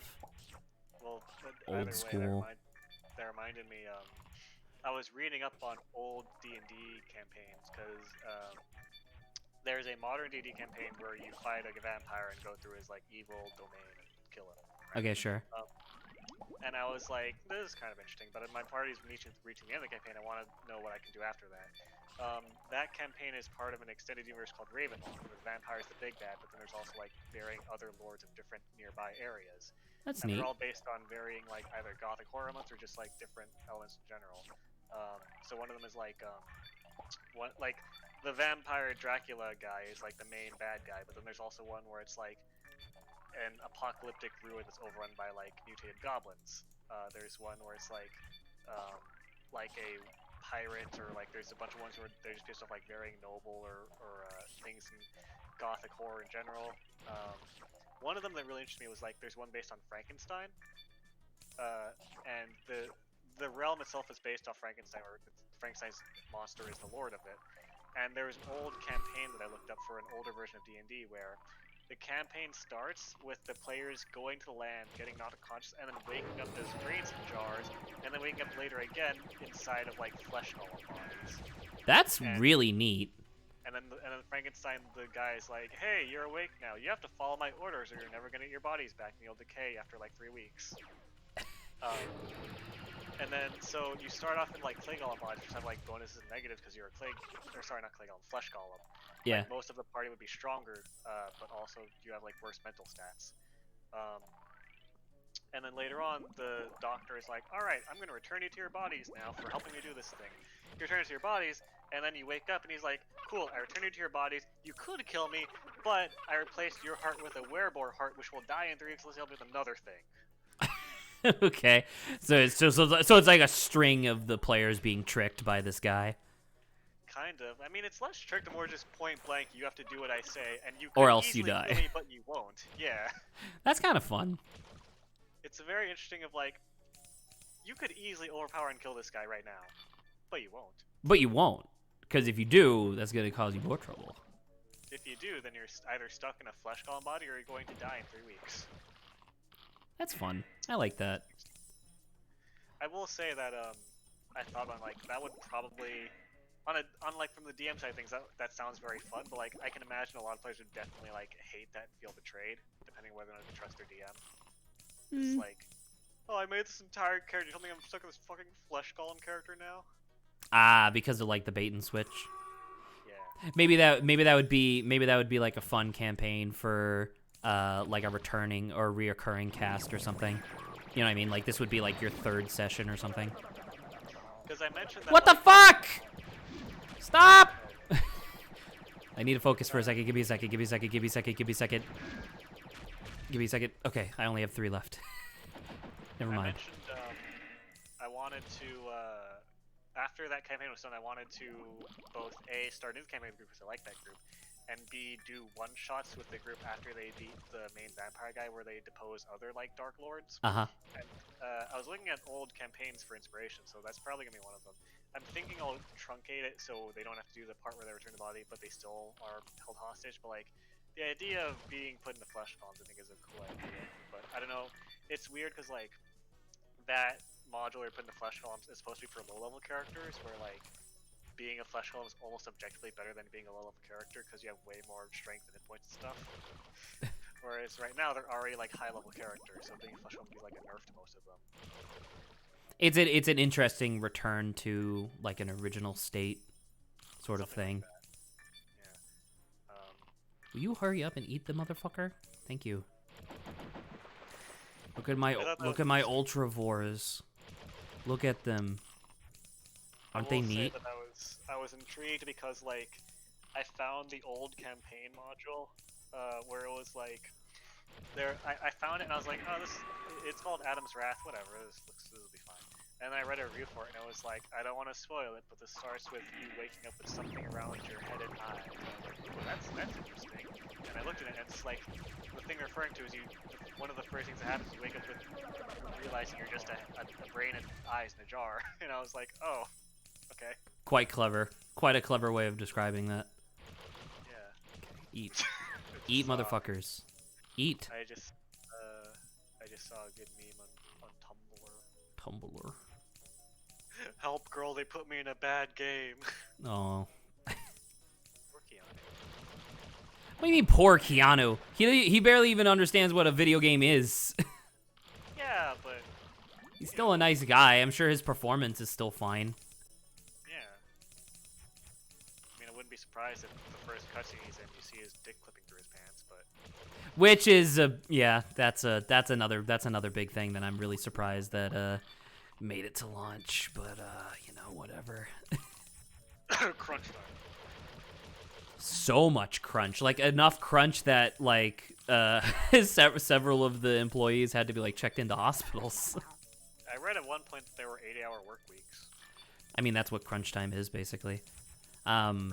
Like particularly bad crunch would be like 100-hour work weeks, Right. which is fucking insane. That would like 100-hour work weeks basically equates to not only like reduced sleep, but also literally not going home for like long extended periods of time, and that's ridiculous. Will you fucking die, please? Thank you. Oh my god, Sorry, it's so stressful when they come out. I'm worried I'm gonna fucking just lose for no reason. I was gonna make a joke about being homophobic and people coming out, but I couldn't put together in my head fast enough. How? Because coming out is when a gay person comes out and says they're gay. Where did you get the prompt for come out? You said you hate when they come out and it's gonna make you lose or something. Oh, okay. I was gonna make a joke about you being homophobic, but I decided not to because I appreciate that. I try very hard to be as inclusive as possible. One of the reasons why the Zach hates women's rights is such an effective joke, because I try so hard to be for women's rights. and yet you constantly silence the only female voice that's regularly on our streams. Because it's annoying. Mm-hmm. It's annoying to you as someone who hates women's rights. God damn it! Help, Zach. So good. That's fine. Saba says it wasn't his fault he became a meme. Well, Listen. at the end of the day, it's still a meme. How many memes? There's a lot of memes about me, though. I thought you were just say how many memes in general. And I was like, I'm about to say that's an impossible number. There is nothing on Earth that would be able to identify how many memes we've created in our very short period of time.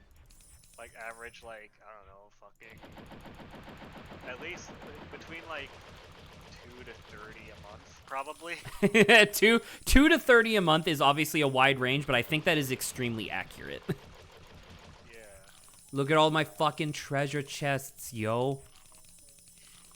You're gonna get to 99,999 soon. But I have to do that 3 times. Really? Why? Because you have to get 3 pieces of the egg. Oh. Yeah, so I have to get to max. that's- I have to get the max money 3 times. Yeah, and that's only the bottom portion of it, okay. Yeah. You're picking up what I'm putting down. I'm really excited for you smelling guys. what you're stepping in. I'm smelling what you're stepping in. I'm really excited for you guys to see the final boss because I think he's really funny. I'm being revolted while you're throwing up. Adrian. Yeah, what? I'm changing your diaper. What the fuck? I still think about that adult. There are a few times where I'm like, man, good joke, Adrian. And that was one of them. The adult diaper joke is very good. That is unquestionable in my opinion. That is a very good joke. Yeah. It subverts your expectations. Oh, never mind. I was way over the limit. Did you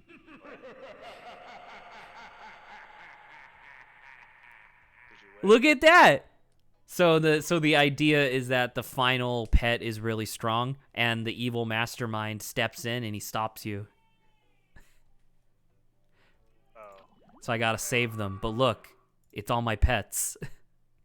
The final boss of Doom is approaching.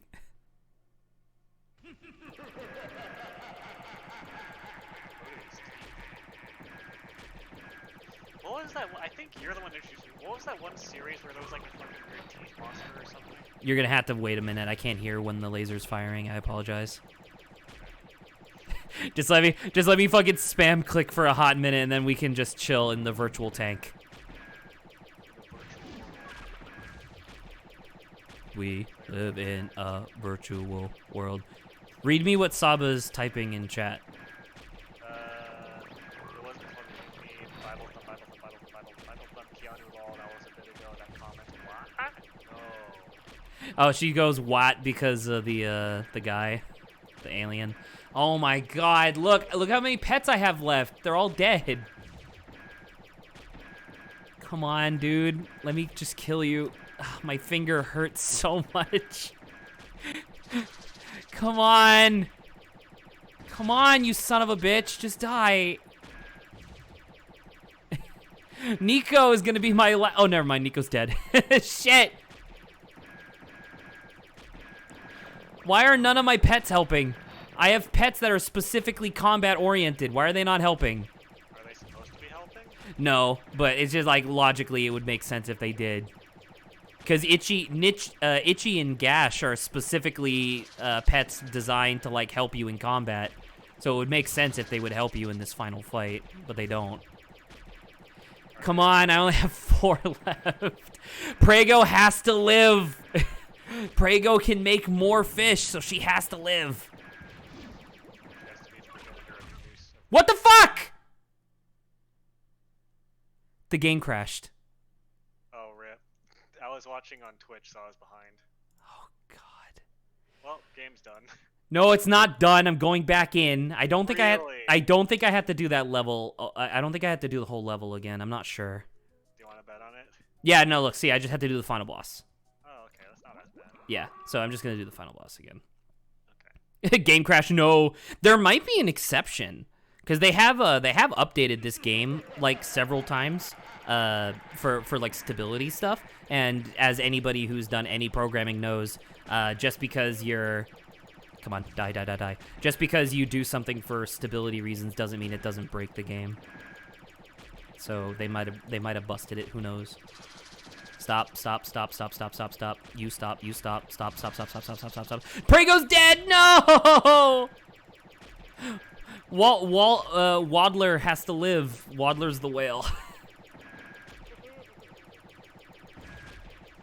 Oh my God, this is ridiculous. My hand, it hurts so much. Please, just die. What the fuck? They eat my pets so quickly. Why? God. Wow, he died really quick. Come on. If it crashes again right before I kill him, that definitely means that there's an exception, and I'm gonna have a fucking conniption. Come on. I can't. What did Saba type? The eating guy is easy, not the two though. I guess that's true. Oh my God, I got it. We did it. We rescued the final pet. Which is Presto, the tadpole. See, it's fun because he's a pet that can turn into any other pet. Is that good? It could be fun. Sometimes it's really because he can turn into a pet that you already have, like equipped. So you could get like 2 Nikos, and get double the amount of pearls. I've also been awarded 5,000 shells for defeating the final boss. Dude, look, it's the final credits. Congratulations. Congratulations, you've successfully vanquished the alien hordes. I do believe there is now a challenge and time trials. Yeah, Saba being like 2 mermaids. All right, what were you saying, Adrian, before I had to... Do you know? Oh, look, Angie's bringing them back because Angie wasn't in that fight. Angie's whole thing is that she can swim in front of the dead fish as they drift down and bring them back to life. So she's bringing all of the pets that I lost back to life. Did you say that you don't remember what you... Oh, that's unfortunate. Sorry. Guppy, Carnivore, Starcatcher, sorry, Guppy Cruncher, Beetle Muncher, a Breeder, which is something very different nowadays, Ultravore, Saba, if you wouldn't mind. Thank you, I appreciate it. And look, here are the aliens. We have Sylvester, Balrog. I think this one's Gus. Yeah, Gus, Destructor. What's this guy? Ulysses, Psycho Squid, Bilaterus, and Cyrax. That's just a Mortal Kombat character. Cyrax. Yeah. And then we got all the pets who already know. And there are 3 secret bonus pets that you can get as well, which I don't know if I'll be getting, but that's still cool. Anywho. I wanted to ask, did you see that video that ProZD recently released that was from a charity live stream? No, I don't regularly catch his content. Was it a good video? He released a video where he and another voice actor rated like a bunch of anime waifus and husbandos. Nice. Which, by the way, he's done before. He's done it a couple times. We did this one for charity on stream, and it was like a lot of them. I want to say it was like 100 or 500 or some ridiculous number. Oh my god. It was a lot of people. A lot of anime waifus. waifus. He rated Edgeworth 5 out of 5, which I agree with. Which Edgeworth? It's a good question, but he said just in general. I'm about to say Edgeworth in general, considering that he has a lot of his life left to go, I would say is probably a 5 out of 5 because not only is he hot, but he turns into a good person. However, young Edgeworth, I don't think I could tolerate him, which in my opinion reduces the score of waifu. Hang on, what did he rate Godot? Let's see. He rated Saba, Godot stop 4 being out of fucking 5. horny in chat, all right? ProZD rated Godot a 4 out of 5. Really? mean, I to don't be know fair, about to that be one. fair, he has one case left to go for character growth. That's true. Well, that's not what I meant. Like, I don't know. I guess my assumption at the moment is that Godot has a reason why he hates Phoenix so much. I don't know. Like, I would assume that he's really upset with Phoenix because he's part of the reason why, what's her face, Dahlia, like, got away that one time or something. I don't know. I really look forward to getting to the end of Ace Attorney 3. In other news, Saba, spoilers. what? Nah, she just said that she feels bad at the end of the final case, and I'm like, spoilers. It was a joke. But yeah. What was I gonna say? I was gonna say something pointed, and I forgot where my point was. Oh, other news in general. Critical Penguin Zero is now speedrunning Mr. Krabs overdoses on ketamine and dies. What the fuck did you just say to me? Remember Critical, deep voice guy? No. I think I do. It sounds familiar. I don't remember. Like, did I watch any of his videos? Probably. He used to do videos where he overdubbed like bad commercials, but now he does like variety content. His very deep, distinctive voice, where he's like, "What's up, everybody? It's Critical." I he does unfortunately also- don't know. He's played with a couple of YouTubers on Among Us. Are we done, by the way? Oh, this is done. Oh, But Cool. he has he's been speedrunning Mr. Krabs overdoses on ketamine and dies, a video game.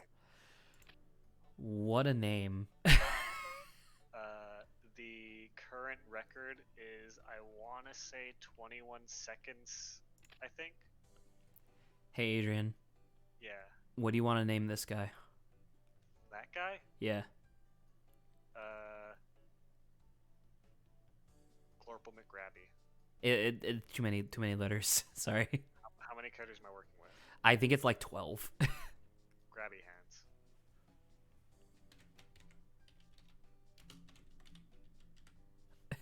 Wait.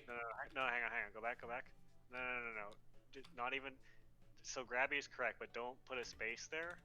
And then HANZ. Grabby hands.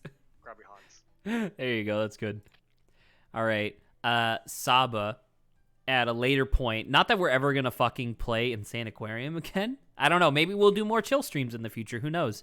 But Saba gets to name the next one because the idea is that the store resets every 24 hours. Wow. Yeah. Look, we got Like, grabby hands. can you like cheat the game by changing your computer clock? I don't know. Maybe this game is really old, so they probably didn't have any protections for that. If I'm gonna cheat at the game, I would rather cheat by just making it so that way I have $1 billion. They detected and they were like, fraud detected. All pets in progress deleted. Oh no. All right, so now we just chilling. By the way, this is gonna be the rest of the stream since we have like 40 minutes left. Can you feed your pets enough that they die? Can you feed them enough that they die? No. Can you overfeed them? No, you cannot overfeed your pets. The more you feed them, the more they shit out money. Just Have you like ever just thought like about- kids. Have you ever thought about how Garfield communicates telepathically? Excuse you? Garfield is able to communicate with other cats, and does so telepathically.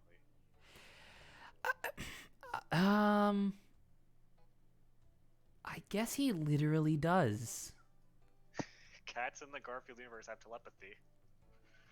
Yeah, because he doesn't move his mouth. You ever thought about that? That's really upsetting.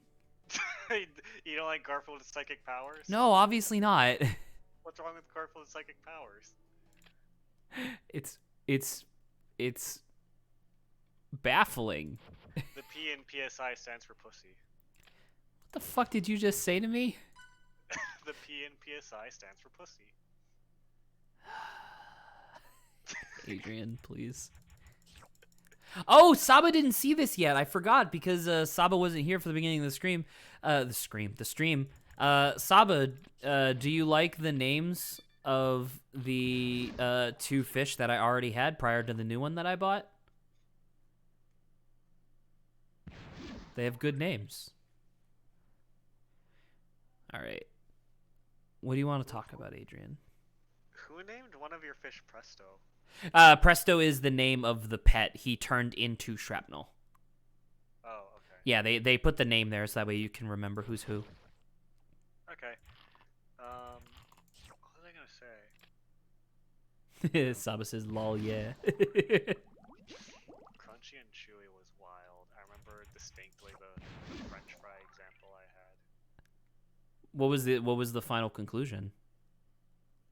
I remember Rose being almost spot on and us winning. Actually, I don't think I've been on a losing team for Wavelength. Really? Well, actually, we did only play it 3 times. You might be right. I only played it 3 times. I'm pretty sure I haven't been on a losing team yet. You might. That's quite impressive. That's quite impressive if true. Yeah, big if true. Big if true. I don't like having Shrapnel here because I don't think he's a very visually appealing fish. But that being said, I need money. Maybe I don't need money. Let's go back to pets. Who do we want? Saba, you pick 3 pets, and they'll be the pets that we use. You don't like the idea that the P in PSI stands for pussycat? Why are you saying this? Where are you getting PSI from? You don't know what PSI is? I know PSI, like pounds per square inch. No, PSI is like parapsychology. It's shorthand for like psychic powers in general. In Mother 1, they call, instead of PK, they use PSI, but then Mother 2 and onward they changed it. When you, so PSI as in the acronym or just the word psi? PSI, the acronym, is short for psychokinesis, I think. I was say because I've heard of the where, like, it's not even like, well, I've heard of like the prefix like psi blank. You know what I mean? Right. Like I've heard of that. I never heard of like psychokinesis. PSI is an abbreviation. Saba wants Prego and Whale along with Presto. And you know what? I actually don't think that they do anything. I don't think that Prego or Whale does anything because we don't have any aliens to deal with. But I'll put a second Prego. Just to be fun. The Presto reminds me of the time, I don't know if you've seen this, but Jerma did a stream where instead of playing a game or talking, he bought a magician's kit and just did tricks to the stream. That's amazing. I love that. It's very good. And his magic word for the audience was Presto Majesto. Presto Majesto. Presto Majesto. He's been gaining popularity quite a lot recently, and I really enjoy it. Actually, I have to swap out. I'm gonna swap out Wadsworth for Zorf, so that way I don't have to feed this motherfucker. I don't have to feed. The only person I have to feed right now is Grabby Hands. That's it. Just every once in a while, I put a bug in. That's it. I don't have to do. I don't gotta do nothing no more. It's actually Grabby Han. Sorry, Grabby Hans. Yeah. Anyway, you were saying you enjoyed Jerma getting popularity, which Oh no. Well, sorry, I wasn't referring to popularity. I was saying it was a different streamer. But his name is like RT Game, and I know RT Game. yeah, I really like his content. I think he's a really good content creator. I like his boundless positivity, for example. But he did a stream where he literally just took chat on a date. and I thought that was very funny. Just because you were saying like, oh, did magic tricks for stream, and I was just like, oh well, RT took stream on a date. I think that's a really fun idea. Yeah. RT also did a stream where we watched paint dry, and it was one of his most viewed streams ever. This is true. I remember watching that video, not the stream obviously, but the video, and the insanity of just like, yeah. there's so many people to watch paint dry. Early on, there was a great deal of frustration that he actually had left the video paused rather than playing. Wait, really? Did he accidentally pause it? Like at first, it was paused for the first like I think hour or so. That's and really was funny. getting mad at him because they were like, "Wait, it's paused. It's not even playing." But yeah, RT game is good. I have to say, I feel like Presto, it's a what are you doing? strange amount. A large amount of very popular YouTubers, at least the circles I follow, I guess, are Irish. Yeah. I'm about to say I see that. I guess like out of the people that I somewhat keep tabs on, or at least check in once in a while, like I think I'd probably say like I keep tabs on like 15, and 3 of them are Irish. Who are the other two? Jacksepticeye and ONG. Oni's Irish? Oh yeah, obviously he's Irish. I can't believe I forgot. Yeah, well, remind you that it was Irish. The fucking the video you showed me. What is it? Lord of the Rings. Oh, Lord, yeah. Where he just scrubby trees, a comfortable burrow. Comfortable burrow. Burrow. Get pig, get fucked. Eat pig head. Get fucked. Kill Frodo. Kill Frodo. With one foul blow, you cleave his skull. Wait, now I'm just mimicking. Now I'm just repeating you, but it's so funny. It is like, in one foul blow, you cleave his skull. And then the sound effects added in were perfect. No. It's so good. You have to give props to the editor for that, because all the sound effects music are edited. The sound effects and music, yeah, because it was a DOS game. Yeah. I know that they wouldn't do it because they don't chase, like, Oni doesn't chase like charity or popularity necessarily, but like I do kind of wish that they would go back and try some of the stuff that one lady who apparently QA tested for the game. Yeah. I want to see some of that shit, like putting yourself in your own backpack and then walking around is so fucking funny. I will say, off a tangent from earlier, just the idea that Chris O'Neill, ONG, is Irish, it reminded me of in Baldur's Gate 3. There's a character named Shadowheart who, like, her deal is that she give me 1 second, just so that way Saba has time. Saba, I'm gonna buy a guppy and a carnivore. You're gonna name them for me. Tell me what the names should be. Anyway, yes, continue, Adrian. Saying there's a character named Shadowheart who everyone in the Baldur's Gate 3 community is like, she's so hot, and her whole deal is that she's secretly a cleric of an evil god. Except she's not very good at keeping the secret, because she blatantly does very suspicious things, but is extremely defensive when you ask about it. Not suspicious at all, yeah. Like, it's very obvious she's a cleric of an evil god. She's constantly rambling on about how, like, you must know how to torture and, like, stick to the shadows and not say the truth, and we have to leave these people to die because we have to protect ourselves. And you're like, are you okay? And she's like, she gets offended when you ask anything about how obviously she's being evil. It's really funny. But I mentioned earlier, because, like, all the Largo for Guppy, Mini for Carnivore. Why Mini? I get Largo because of Slime Rancher, because Saba loves Slime Rancher, but what's Mini for? I guess it's a joke because the carnivore is not actually Mini. So it's like calling a fat guy tiny. Yeah, but the reason I mention it is because Shadowheart, everyone in that game has a distinctive European accent, because Larian is based in Europe. So the voice actor's European. Yeah. But Shadowheart has I don't think Shadowheart's hot because she's boring or whatever and annoying, but I think there's one quirk that she has that I think is very funny, where every time she says stop, she says stop. Stop it. Stop.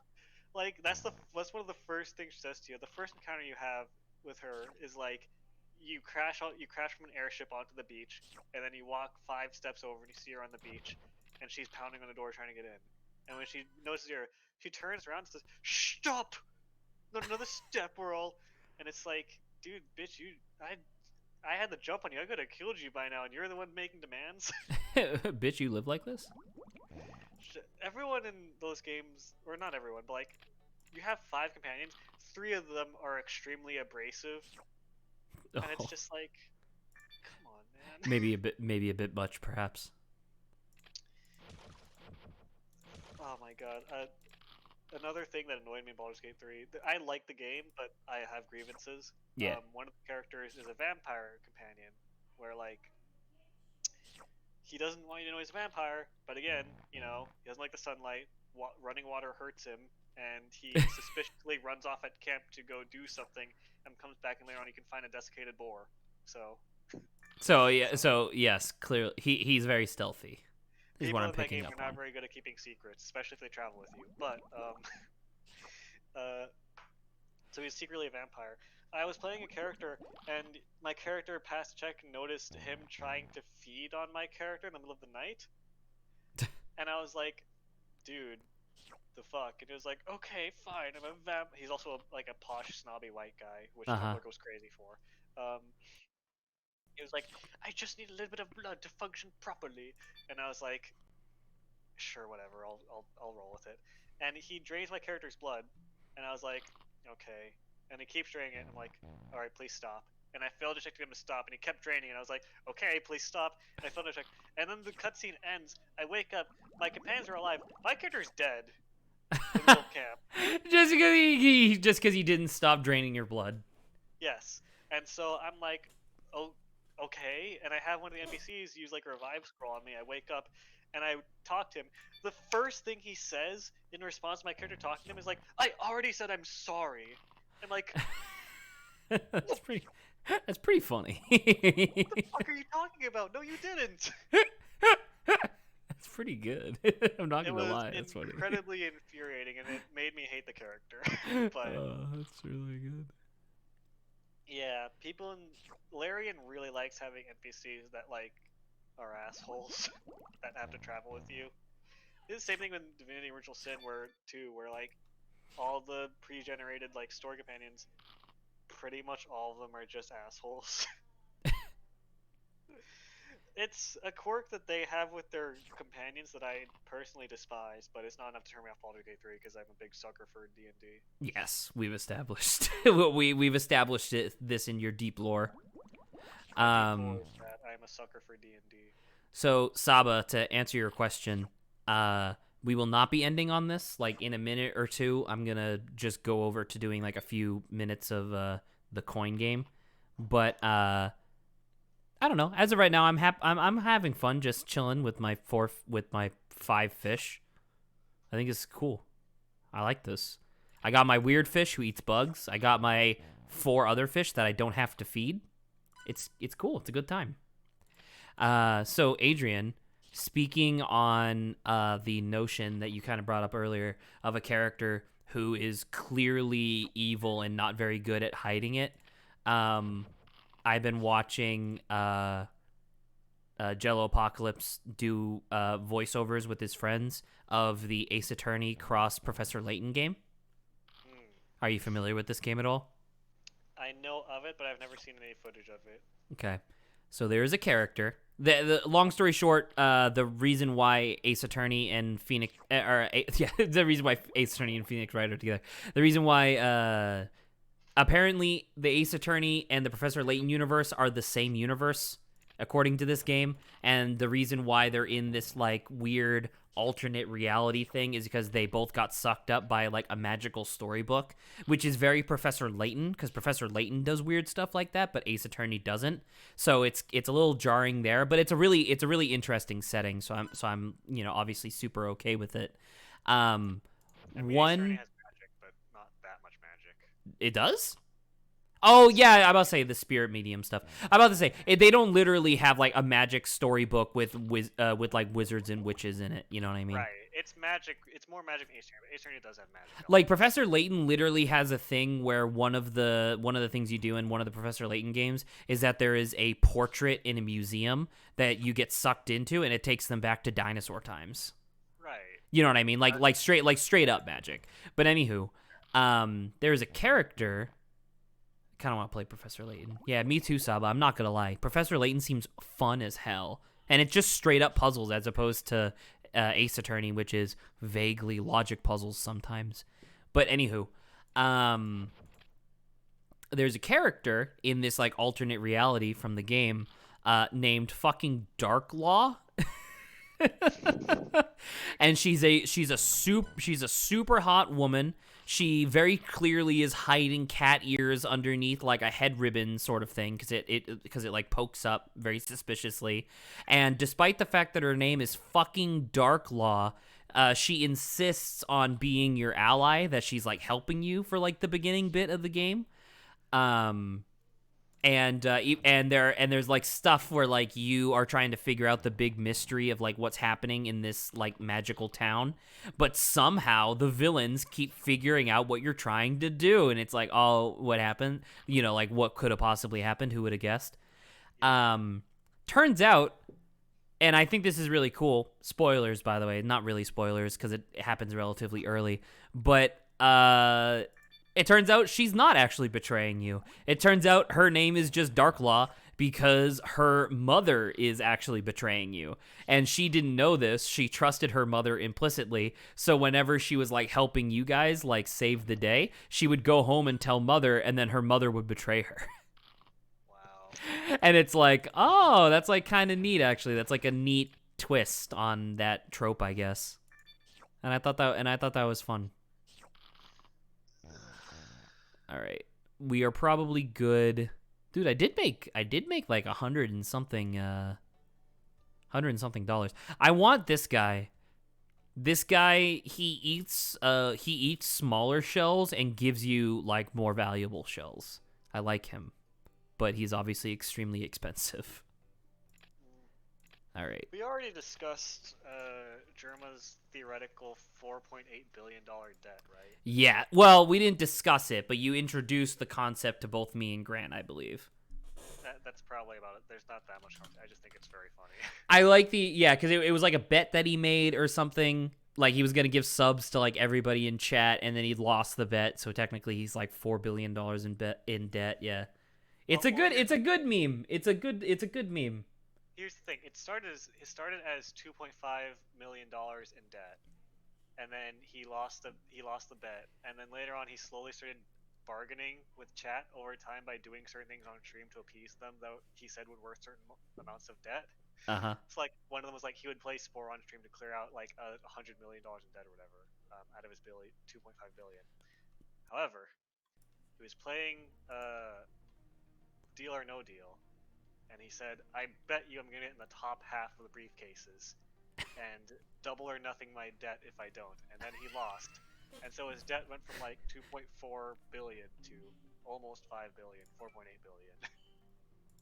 So he literally lost like multiple times the progress he was making on one single bet. So like a god. Like a true hero. A gamer. I only recognize this game because Germ also played on stream and I watched that stream. He went mad playing this game. He went mad? Why? He was obsessively gambling and got very into the role-playing aspect of that. He rented out the entire arcade only for himself. No one else is allowed. Only his dad is. Everyone else is getting kicked out of the arcade. So he would take like the robots and throw them out? Yeah. It's really funny. I mean, that's the thing. You're the only fucking living person in this whole world.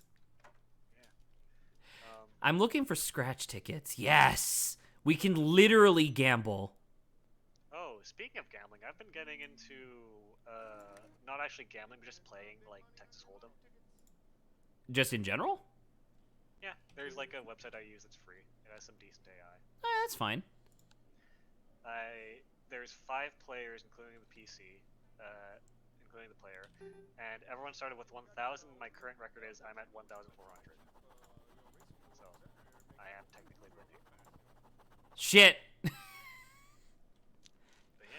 Who would have guessed that I would have lost on a scratch ticket? I am sad. Have you ever heard of Poker Night: The Inventory? Poker Night the Inventory? Poker Night at the Inventory. Oh, at the Inventory. No, I have not. It was an old game from like almost a decade ago, where it was the first game was God damn it. Max from Sam and Max, the Heavy from TF2, Strong Bad from Homestar Runner, Okay. and Tycho from Penny Arcade, and they were all playing poker with you. That's interesting. And That's all the neat. different characters had like dozens of lines of dialogue, and each of the characters obviously had their own AI for how they actually played poker. It was very fun, and also if you won against them at certain times, you could win certain items that would transfer over to other games on Steam. So like, if you beat the Heavy, you get a special minigun in TF2. And it was very fun and interesting. So what? And then So what happened to this? Recently, like 2 years ago, the license expired and they pulled it off Steam. Aw, No. that's actually quite disappointing. Yeah, and they even released a sequel, which the license also expired for, where instead of those four, it was new four. It was the other duo from Sam and Max. I remember which one. It was Claptrap from Borderlands. It was Fuck. it was Brock Sampson from Venture Bros, and who the fuck else was it? GLaDOS was the dealer for that one. That's funny. I like that. And Give me then, your money. Uh, Give me all your money. oh, it was Ash from Evil Dead or whatever that thing was. I think it's Evil Dead. No, it's not. What was the name of this? Of what? The game that you're talking about. Oh, Poker Night at the Inventory. At the Inventory. That's what it was. Right. But yeah, no, it was Ash from Evil Dead. But That's yeah, the guy with real neato. the guy with the chainsaw from. I know who Ash is. Yeah, he was also there. Yeah. It was those four, and that was also very fun. Oh. They introduced in the second one an alcohol mechanic where you could buy drinks from and they would tell more often. Okay, that's funny. Because in the first game they had tells, but Give me your money. you just couldn't tell when. In the second game, you could buy them drinks to make them tell more, and they also had different strategies. It was very interesting how the strategies matched up to like the character's background and like personality. Where like the Heavy would play conservatively but bet big when he had good cards. Claptrap has no idea what he's fucking doing, so he bets randomly. Give me your money. I need money. No, get back here. I need money. Brock Sampson's a competent poker player because he's actually played poker before in canon. And you said GLaDOS was the dealer. Glass is the dealer and constantly makes fun of you for your choices. I would really like to see what GLaDOS' strategy would be. Yeah. She also just says sometimes that she's reading the deck in your favor or against you sometimes, so. Okay. That's fine, I guess. Yeah.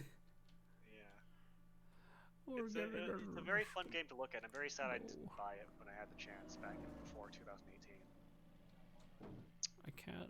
I can't take my golf cart. Watching YouTube videos of Poker Night Inventory made me want to play poker myself, so I started playing online poker against some CPUs. I feel that. I had something relatively similar where I was watching a lot of people play.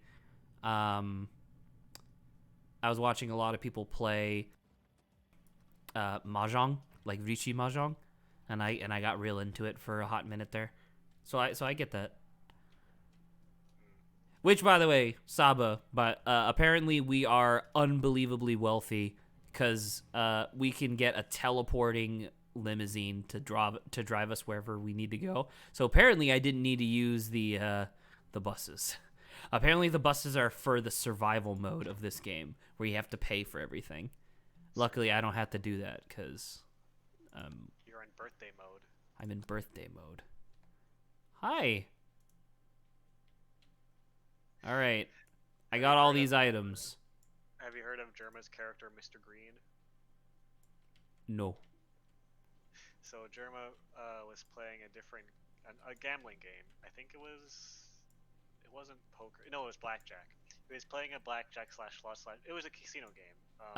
Where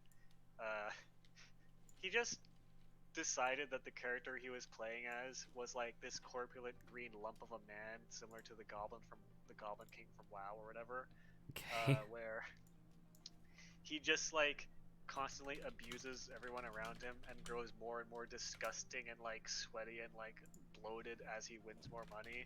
And when he loses, he just deflates and like throws up disgustingly on the table. I insist on playing. It's a disgusting character, and he sells it concerningly convincingly. That is revolting for sure. Like I hate that concept. The concept of just greed embodied into a person. Yes. He is scarily good at selling that character, I will say. You later about re-editing last night's video. After the stream tonight, I still need to take a shower like before bed, and so I usually have to wait like about an hour for my hair to dry. So tonight, while I'm waiting for my hair to dry, I'm just gonna hop onto the YouTube channel. Oh, that guy just got hit by a fucking truck.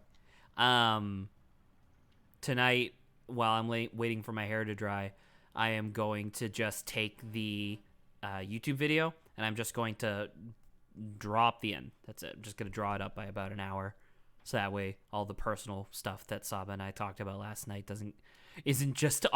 I mean, the VOD is here on Twitch. I can't do anything about the VOD. I mean, I guess I could delete it, but that means I'd have to delete the whole thing. But at least the VOD is only here for like a while. But yeah, so I'll be doing that after I take my shower, Saba. Hello, it's my birthday.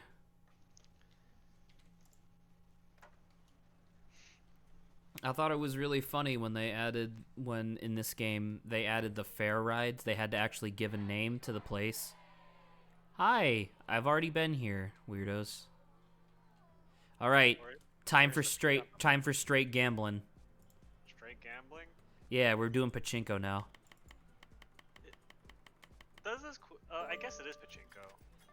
It's basically less flashy pachinko, yeah. Yeah, I was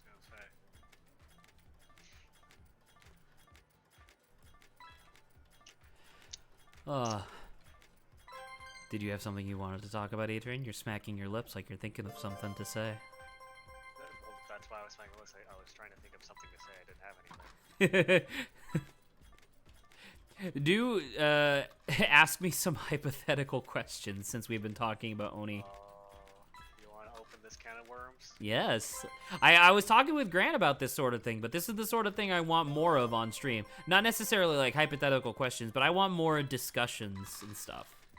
Like and this is not the right time to like actually have this discussion, but I really want to have the discussion where you guys or just people in general explain to me what the hell like water waste means. Like, how do you waste water on like a global scale? Like, I don't understand how that works.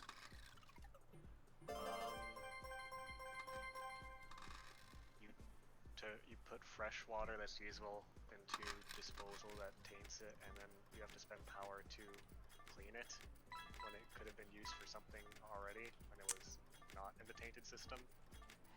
Does that really make it tainted? What does tainted qualify as?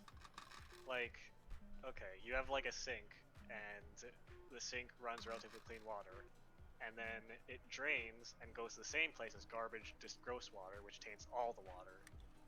It does go to the same place as garbage gross water? Yeah, and then you have to, spend power. I guess that does make sense. Purify it.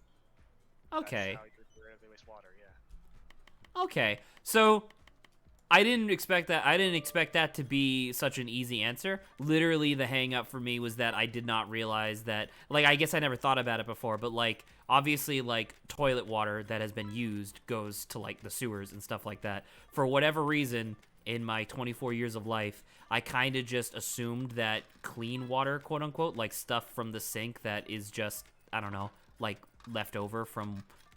Like when I fill up like a glass to clean it and then I just rinse it. I assume that went to like the good sewer. and I just No. and I had just never thought about it before. Yeah, no, it goes to the same place where you dump gross water. Well, I never thought of in the that. sink. Yeah. Yo, times 20 with the times 3 bonus. Let's go. All right. Now I just get to listen to your hypothetical that you're coming up with.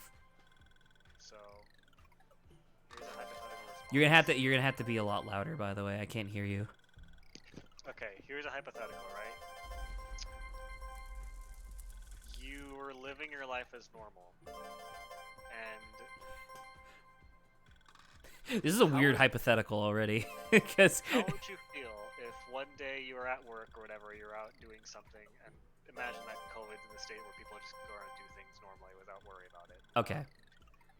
You're out doing something normal, and you see someone walking down the street awkwardly with like a weird specific loop, and then you see them talk to someone, engage conversation randomly off the street. They say one quip and leave, and you realize that this person is a main character. What would you do? How? Just quick clarification. How do I know that they're a main character? You see them do animations that you would see like out of a controlled character in like GTA or whatever. Oh, so like me and everybody else in my life is acting normal, but I recognize that this person is being controlled by someone else, and ergo they are the main character. Yeah. I'm not gonna lie, I would probably turn the other way and like try to leave. Cause it's like I'm thinking, cause like you specifically said GTA, obviously, right? And I'm thinking about it, and I'm like, man, I feel like if I attract too much attention to this main character, they're probably just gonna like snap my neck, cause it's funny. Does that answer your question? Is that what you were looking for? This is it. All right. Well, what would you do? Here's a different one. Yeah. What would you do if you woke up one day and you couldn't see anything? And Oh my well, God. But as you got up, you realized that you were permanently stuck, such that you couldn't see from your own eyes, but you were seeing from an invisible camera always following you, like a second person view constantly. Wait. So why? Oh, okay. So you're not saying that I'm blind. You're saying that. So like when I wake up, I'm seeing myself from the third person, is what you're saying. You're seeing yourself in second person, but the camera's clipping through the back of your head, so like all you see is black until you actually move out of the way, so the camera can adjust properly. Oh, so you're saying it's fucking clipping into the wall? Yeah. Okay, that's really fucked up. So I'm not gonna lie, my initial instinct is to fucking panic because that is a ridiculous scenario that I have All you never. see is the back of your head, and it's blocking everything your head is looking at directly. Wait. Okay, so it's not third person? It's second person, but like over the shoulder. Well, I mean, that's still third person. So it's over the shoulder. I thought you said my head was blocking everything. Well, it's blocking the left side of your view. Oh, okay. So you're saying like I'm trying to think of like a video game example. I don't know. There's a lot of video games that have stuff like that where it's like close, Right. like Lara Croft when she's in like when she's in a cave where she's like on the left and she's taking up like a third of the screen. Or like God of War or whatever. Like, Yeah, it's like close God of up War. to you. Okay, I get it. It's fixed and close behind you, and it makes it so that you are blocking some of your own vision. Question: am I able to use this ability, because this clearly gives me like a unique unique like focal length on what I'm able to see? Can I use this to look around corners? Only if you actually move your head. Like it follows the right. But you said that the camera was to the left. You said that the camera was to my like the right of my head, right? So why can't I just shimmy up to a corner and just have it so that way it's like I'm looking around the corner? No, you can. You just have Oh, to I make sure your head's can. pointed in the direction you want the camera to be pointed in. Oh, okay, yeah. That's totally fine. All right. And you're asking what would I do? Yeah, would your life change in any way? I mean, it would. I mean, needless to say, it would probably change drastically. Like, I would have to fucking relearn how to like walk and shit, because like I would be so disoriented. But as with everything with humanity or with humans, I would probably get used to it eventually. And I cannot legitimately say whether or not my life would be better or worse.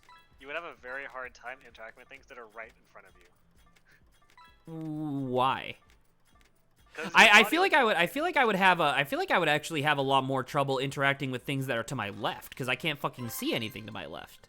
No, right, but because you're looking at yourself. I guess it depends on the specificity of like where the camera is relative to you. I'm about to say that's kind of why I asked for more specifics as to like where the camera was, because like for your example of like things would be kind of difficult to see, I think that would only qualify for things that are like directly in front and below me, like where my torso is going to be blocking the camera, or to my left. If you're like holding something at your torso, then it'd be very hard to see. You basically just created a batshit crazy scenario where not only am I able to peek around corners without actually physically looking there, but you basically simulated what it would be like if I lost my left eye. Like that's basically what you've done by accident. Do you think you would? Is there anything you could use this for? Do you need to peek around corners without actually showing your head? That's the thing. I don't really go out that much, like to begin with. Like if I was like a thief, like if I was a robber, you know what I mean? Like that would be so fucking useful to be able to check around corners without. What the? Yes! I don't know if you're actually watching the stream at all, but I just got another 20 free spins. Hell yeah, dude. That's amazing. I imagine it would make it weirder to be on the computer, because you would just be slightly further away at all times than the computer, theoretically, like viewpoint-wise. Yeah, but as with everything, wouldn't I just get used to that? I guess you could set it up so that your computer is like closer to your viewpoint than it is to your body, which would be weird. I get. You know what? That'd be actually kind of interesting. Where like, because right now I have my main monitor directly in front of me, and then a side monitor that's like off to the side, right? You know, as makes sense. That'd be kind of funny if when this happened, I did just shift everything to the left, or sorry, to the right, so that way it was lined up with my camera as opposed to my head. How would you like? How would I explain this to people? How would I like actually I guess I could prove it to people relatively easily because I would just like have them put something around a corner and I would tell what it was. Yeah. I guess. How would you like if you had to like let's say if you're cooking, how would you like cut a carrot in front of you? Because you'd have to like angle your head and then point your body diagonally so it would be in view and not blocked by your torso. Would I have to turn my head? I mean, I think you'd have to turn your body, not your head. Like I'm about to say, I would think like so I'm thinking about like cutting a carrot with a knife, right? Yeah. I am looking down at the cutting board with the veggie on it, but my camera is to my right. So my natural inclination right now would be to just take the cutting board and shift it to the right, and not even like rotate my body, literally just like have like the same like horizontal position, but just move my like my elbows to the side. But like, what if someone looks at you like, why are you cutting a carrot like that? Just cut it in front of you. Like. Well, in theory, at that point, I would have explained, like, yeah, I have this weird. What the fuck? Adrian, are you looking at this? Oh, dude, the player has realized. The player has. Oh my god! I could just walk. Wait, can I leave? Can I? My hands. Okay. What have I done? Look at my fingers. Yeah, look at my fingers. This is, by the way, this is just an exploration of that one question. One of the first conversations we ever had is like, how horrifying would it be if we were in a video game world? Well, no, if video game things just started happening to people. I remember that. I remember that being insane. Yeah. I remember that conversation, and we were. And I remember there was like a part where we were like, yeah, what if we were what if there were like different like parts of the city were based on like different video games, and you went to the fighting game section, and anytime anybody got hit by anything, there was fucking hit spark. Yeah, they entirely would start flashing transparent and then like there again. Yeah, it was good. You would not be able to walk backwards. All right. Saba says, honestly, I've had a discussion regarding loss of senses. ITBH would suffer immensely losing any of my senses. That makes sense. Any sense linked to some favorite, or each sense is linked to some favorite things in my life. I mean, I feel like most people with senses feel that way, which is, fair. I'm about to say, if I had to pick a sense that I'd be willing to lose first, I would probably say taste, unfortunately. Because, like, I really like food, and I really like the taste of a lot of things, but my hearing, like, my eyesight's already bad, but I could not imagine going through life blind, and I rely on my hearing quite a bit. I actually think my hearing is quite good. And then my sense of touch, like, that would just be so alien to just not be able to feel anything anymore. That'd be insane. I would agree with taste because, like, I'm generally a picky eater and I don't usually enjoy eating certain foods, so, like... Actually, it's really weird when you think about it because smell and taste are basically two halves of the same sense. They just use different, like, parts of the body to receive info. And so, like, if you lose either smell or taste, you're also losing 50% of the other one. So if I lose my sense of taste, I also lose 50% of my sense of smell, essentially. I'll have a harder time identifying smells. I think the reason for those two is that, like, people don't usually go through life smelling very pleasant things, I don't think. Like, more than usual. So it's a very neutral sense. Whereas, like, touch, sight, and hearing are all crucial for communication. Touch, sight, and hearing. Well, is touch essential for communication? It's essential for knowing where you're sitting and stuff like that, unless you want to be looking constantly and making sure. That's a good point. Like, when I think of losing the sense of touch, I feel like I internalize losing the sense of heat. You know what I mean? Like, I wouldn't be able to tell if I'm, like, hot or cold or something. I guess I would still know because I would be sweating or shivering, but still. Like, theoretically, if you lost your sense of touch, you could still be aware of it by using your eyesight or other contact clues, but, like, that would be so much tension. Like, I don't know, but it'd be a lot. I don't report what I am smelling or tasting nearly as often as I talk to people about what I'm seeing or hearing. In terms of stuff that is, like, pleasurable, like stuff that I think you would miss, I have a tendency to agree with what you're saying in terms of, like, I guess what I'm getting at here is, like, the reason why I say I would rather lose taste rather than smell is because you are correct. A lot of people, when they talk about smell, it's like bad smells. But I think that's just because of the natural inclination for people to focus on bad stuff as opposed to remembering good stuff. I think you actually I actually think that the average person smells a lot of really good smells on a daily basis, but then they just don't remember. I was trying to think of the term. Loss aversion is the term. What's loss aversion mean? Loss aversion is a tendency to prefer avoiding losses to acquiring equivalent gains. Say that again? Like loss aversion? No, but say the definition again. It's the tendency to prefer avoiding losses to acquiring equivalent gains. Oh, that's interesting. It's a psychological thing. So, like, I'll say I've never heard of that before. People would rather avoid losing 2 points than gaining 2 points. Oh, that's actually really interesting because, I mean, this is, like, tangential, but it ties, like, into the topic of, like, one of the design principles that, what the fuck? Was the person on the roof? What the fuck? Teleportation. I was like, how the fuck did he get up there? Anywho, one of the things that in game design you're supposed to avoid, especially for, like, board games and stuff, instead of making it so that way people, like, let's say we're playing a board game and you're supposed to lose 1 point, what you're supposed to do, if you can, is instead of making a player lose 1 point, make it so everybody else gains 1 point. It's functionally exactly the same for most purposes, but it feels less bad for everybody. And so that's one of those things that's, like, kind of interesting because I guess that's also just loss aversion, and I've never thought of that before.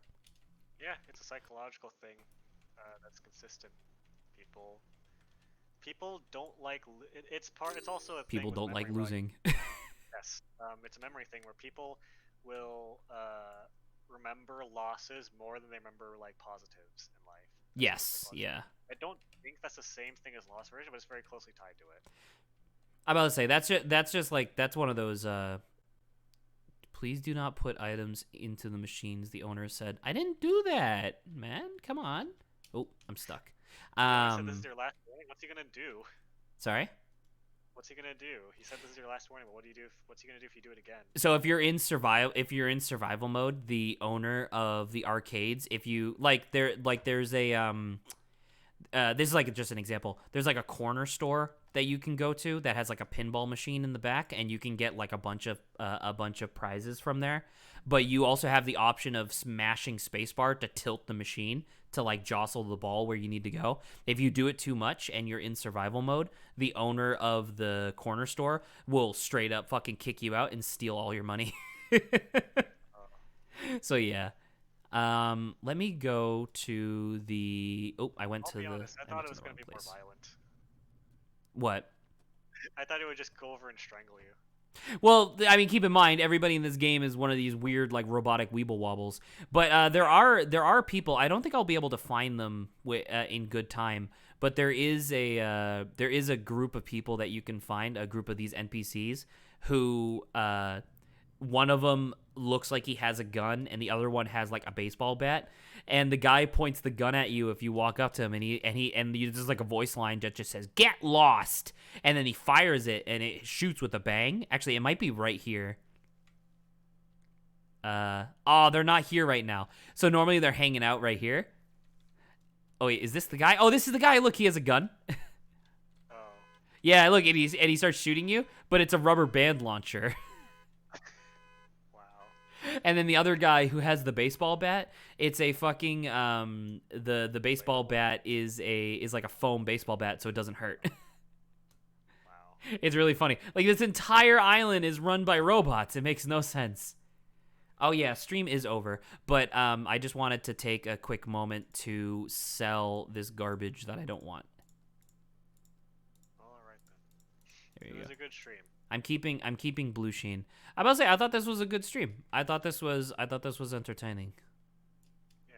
I think because according to Chris, this this week that we're in right now is finals, which in theory means that there is no or no, sorry, this week coming up is finals. So this next weekend we should be back to Ace Attorney. In theory. Unless people are tired, and then we can just do like a big chill stream, which would also be nice. Okay. Well, I feel bad for those poor schmucks that deal with finals. So. Poor schmucks that have to deal with finals. I don't. Look at this. I haven't had. Is that going to be a problem? Oh. It just kind of exploded once. Eat this. Particles. I love particles. Drops oil out his mouth every time he speaks his mouth open. Shut up. God damn it. It's not even the fact that's making fun. It's just the fact that, like, you know what I'm saying despite the fact that I'm not saying Yeah, it. the fact that what you're actually speaking is gibberish. The meaning is very clear. Drops Alright, how much oil, did I get? The way I described it sounds like you're Dude, I got $100 and something dollars. Holy shit. The way I described it sounds like you're a fucking World of Warcraft monster, and you're like the oil is a drop that you get rarely when you defeat you. It sounds like I'm like an eldritch being. He drops oil every time he speaks his mouth open. Okay. I'm gonna save because we might come back to this save at some point. I don't know, man. This game's fun. I love playing Ducko. I want them to add because this game is in early access, so they're not constantly updating it, but they do updates every once in a while. Like the last update added the fair, or not the fair, carnival, where you could like ride rides and stuff, and it was really fun. I want them to add like a Japanese gambling parlor, because I literally just want to do like Sega or you know, Soga or something, you know, like off-brand pachinko. I just really want to do that. I want to play pachinko but then not lose money. Don't we all? Exactly, right? All right. Good night. This was a good stream. That was 4 hours, man. That feels weird because it felt like it went by so quickly. Later. Bye.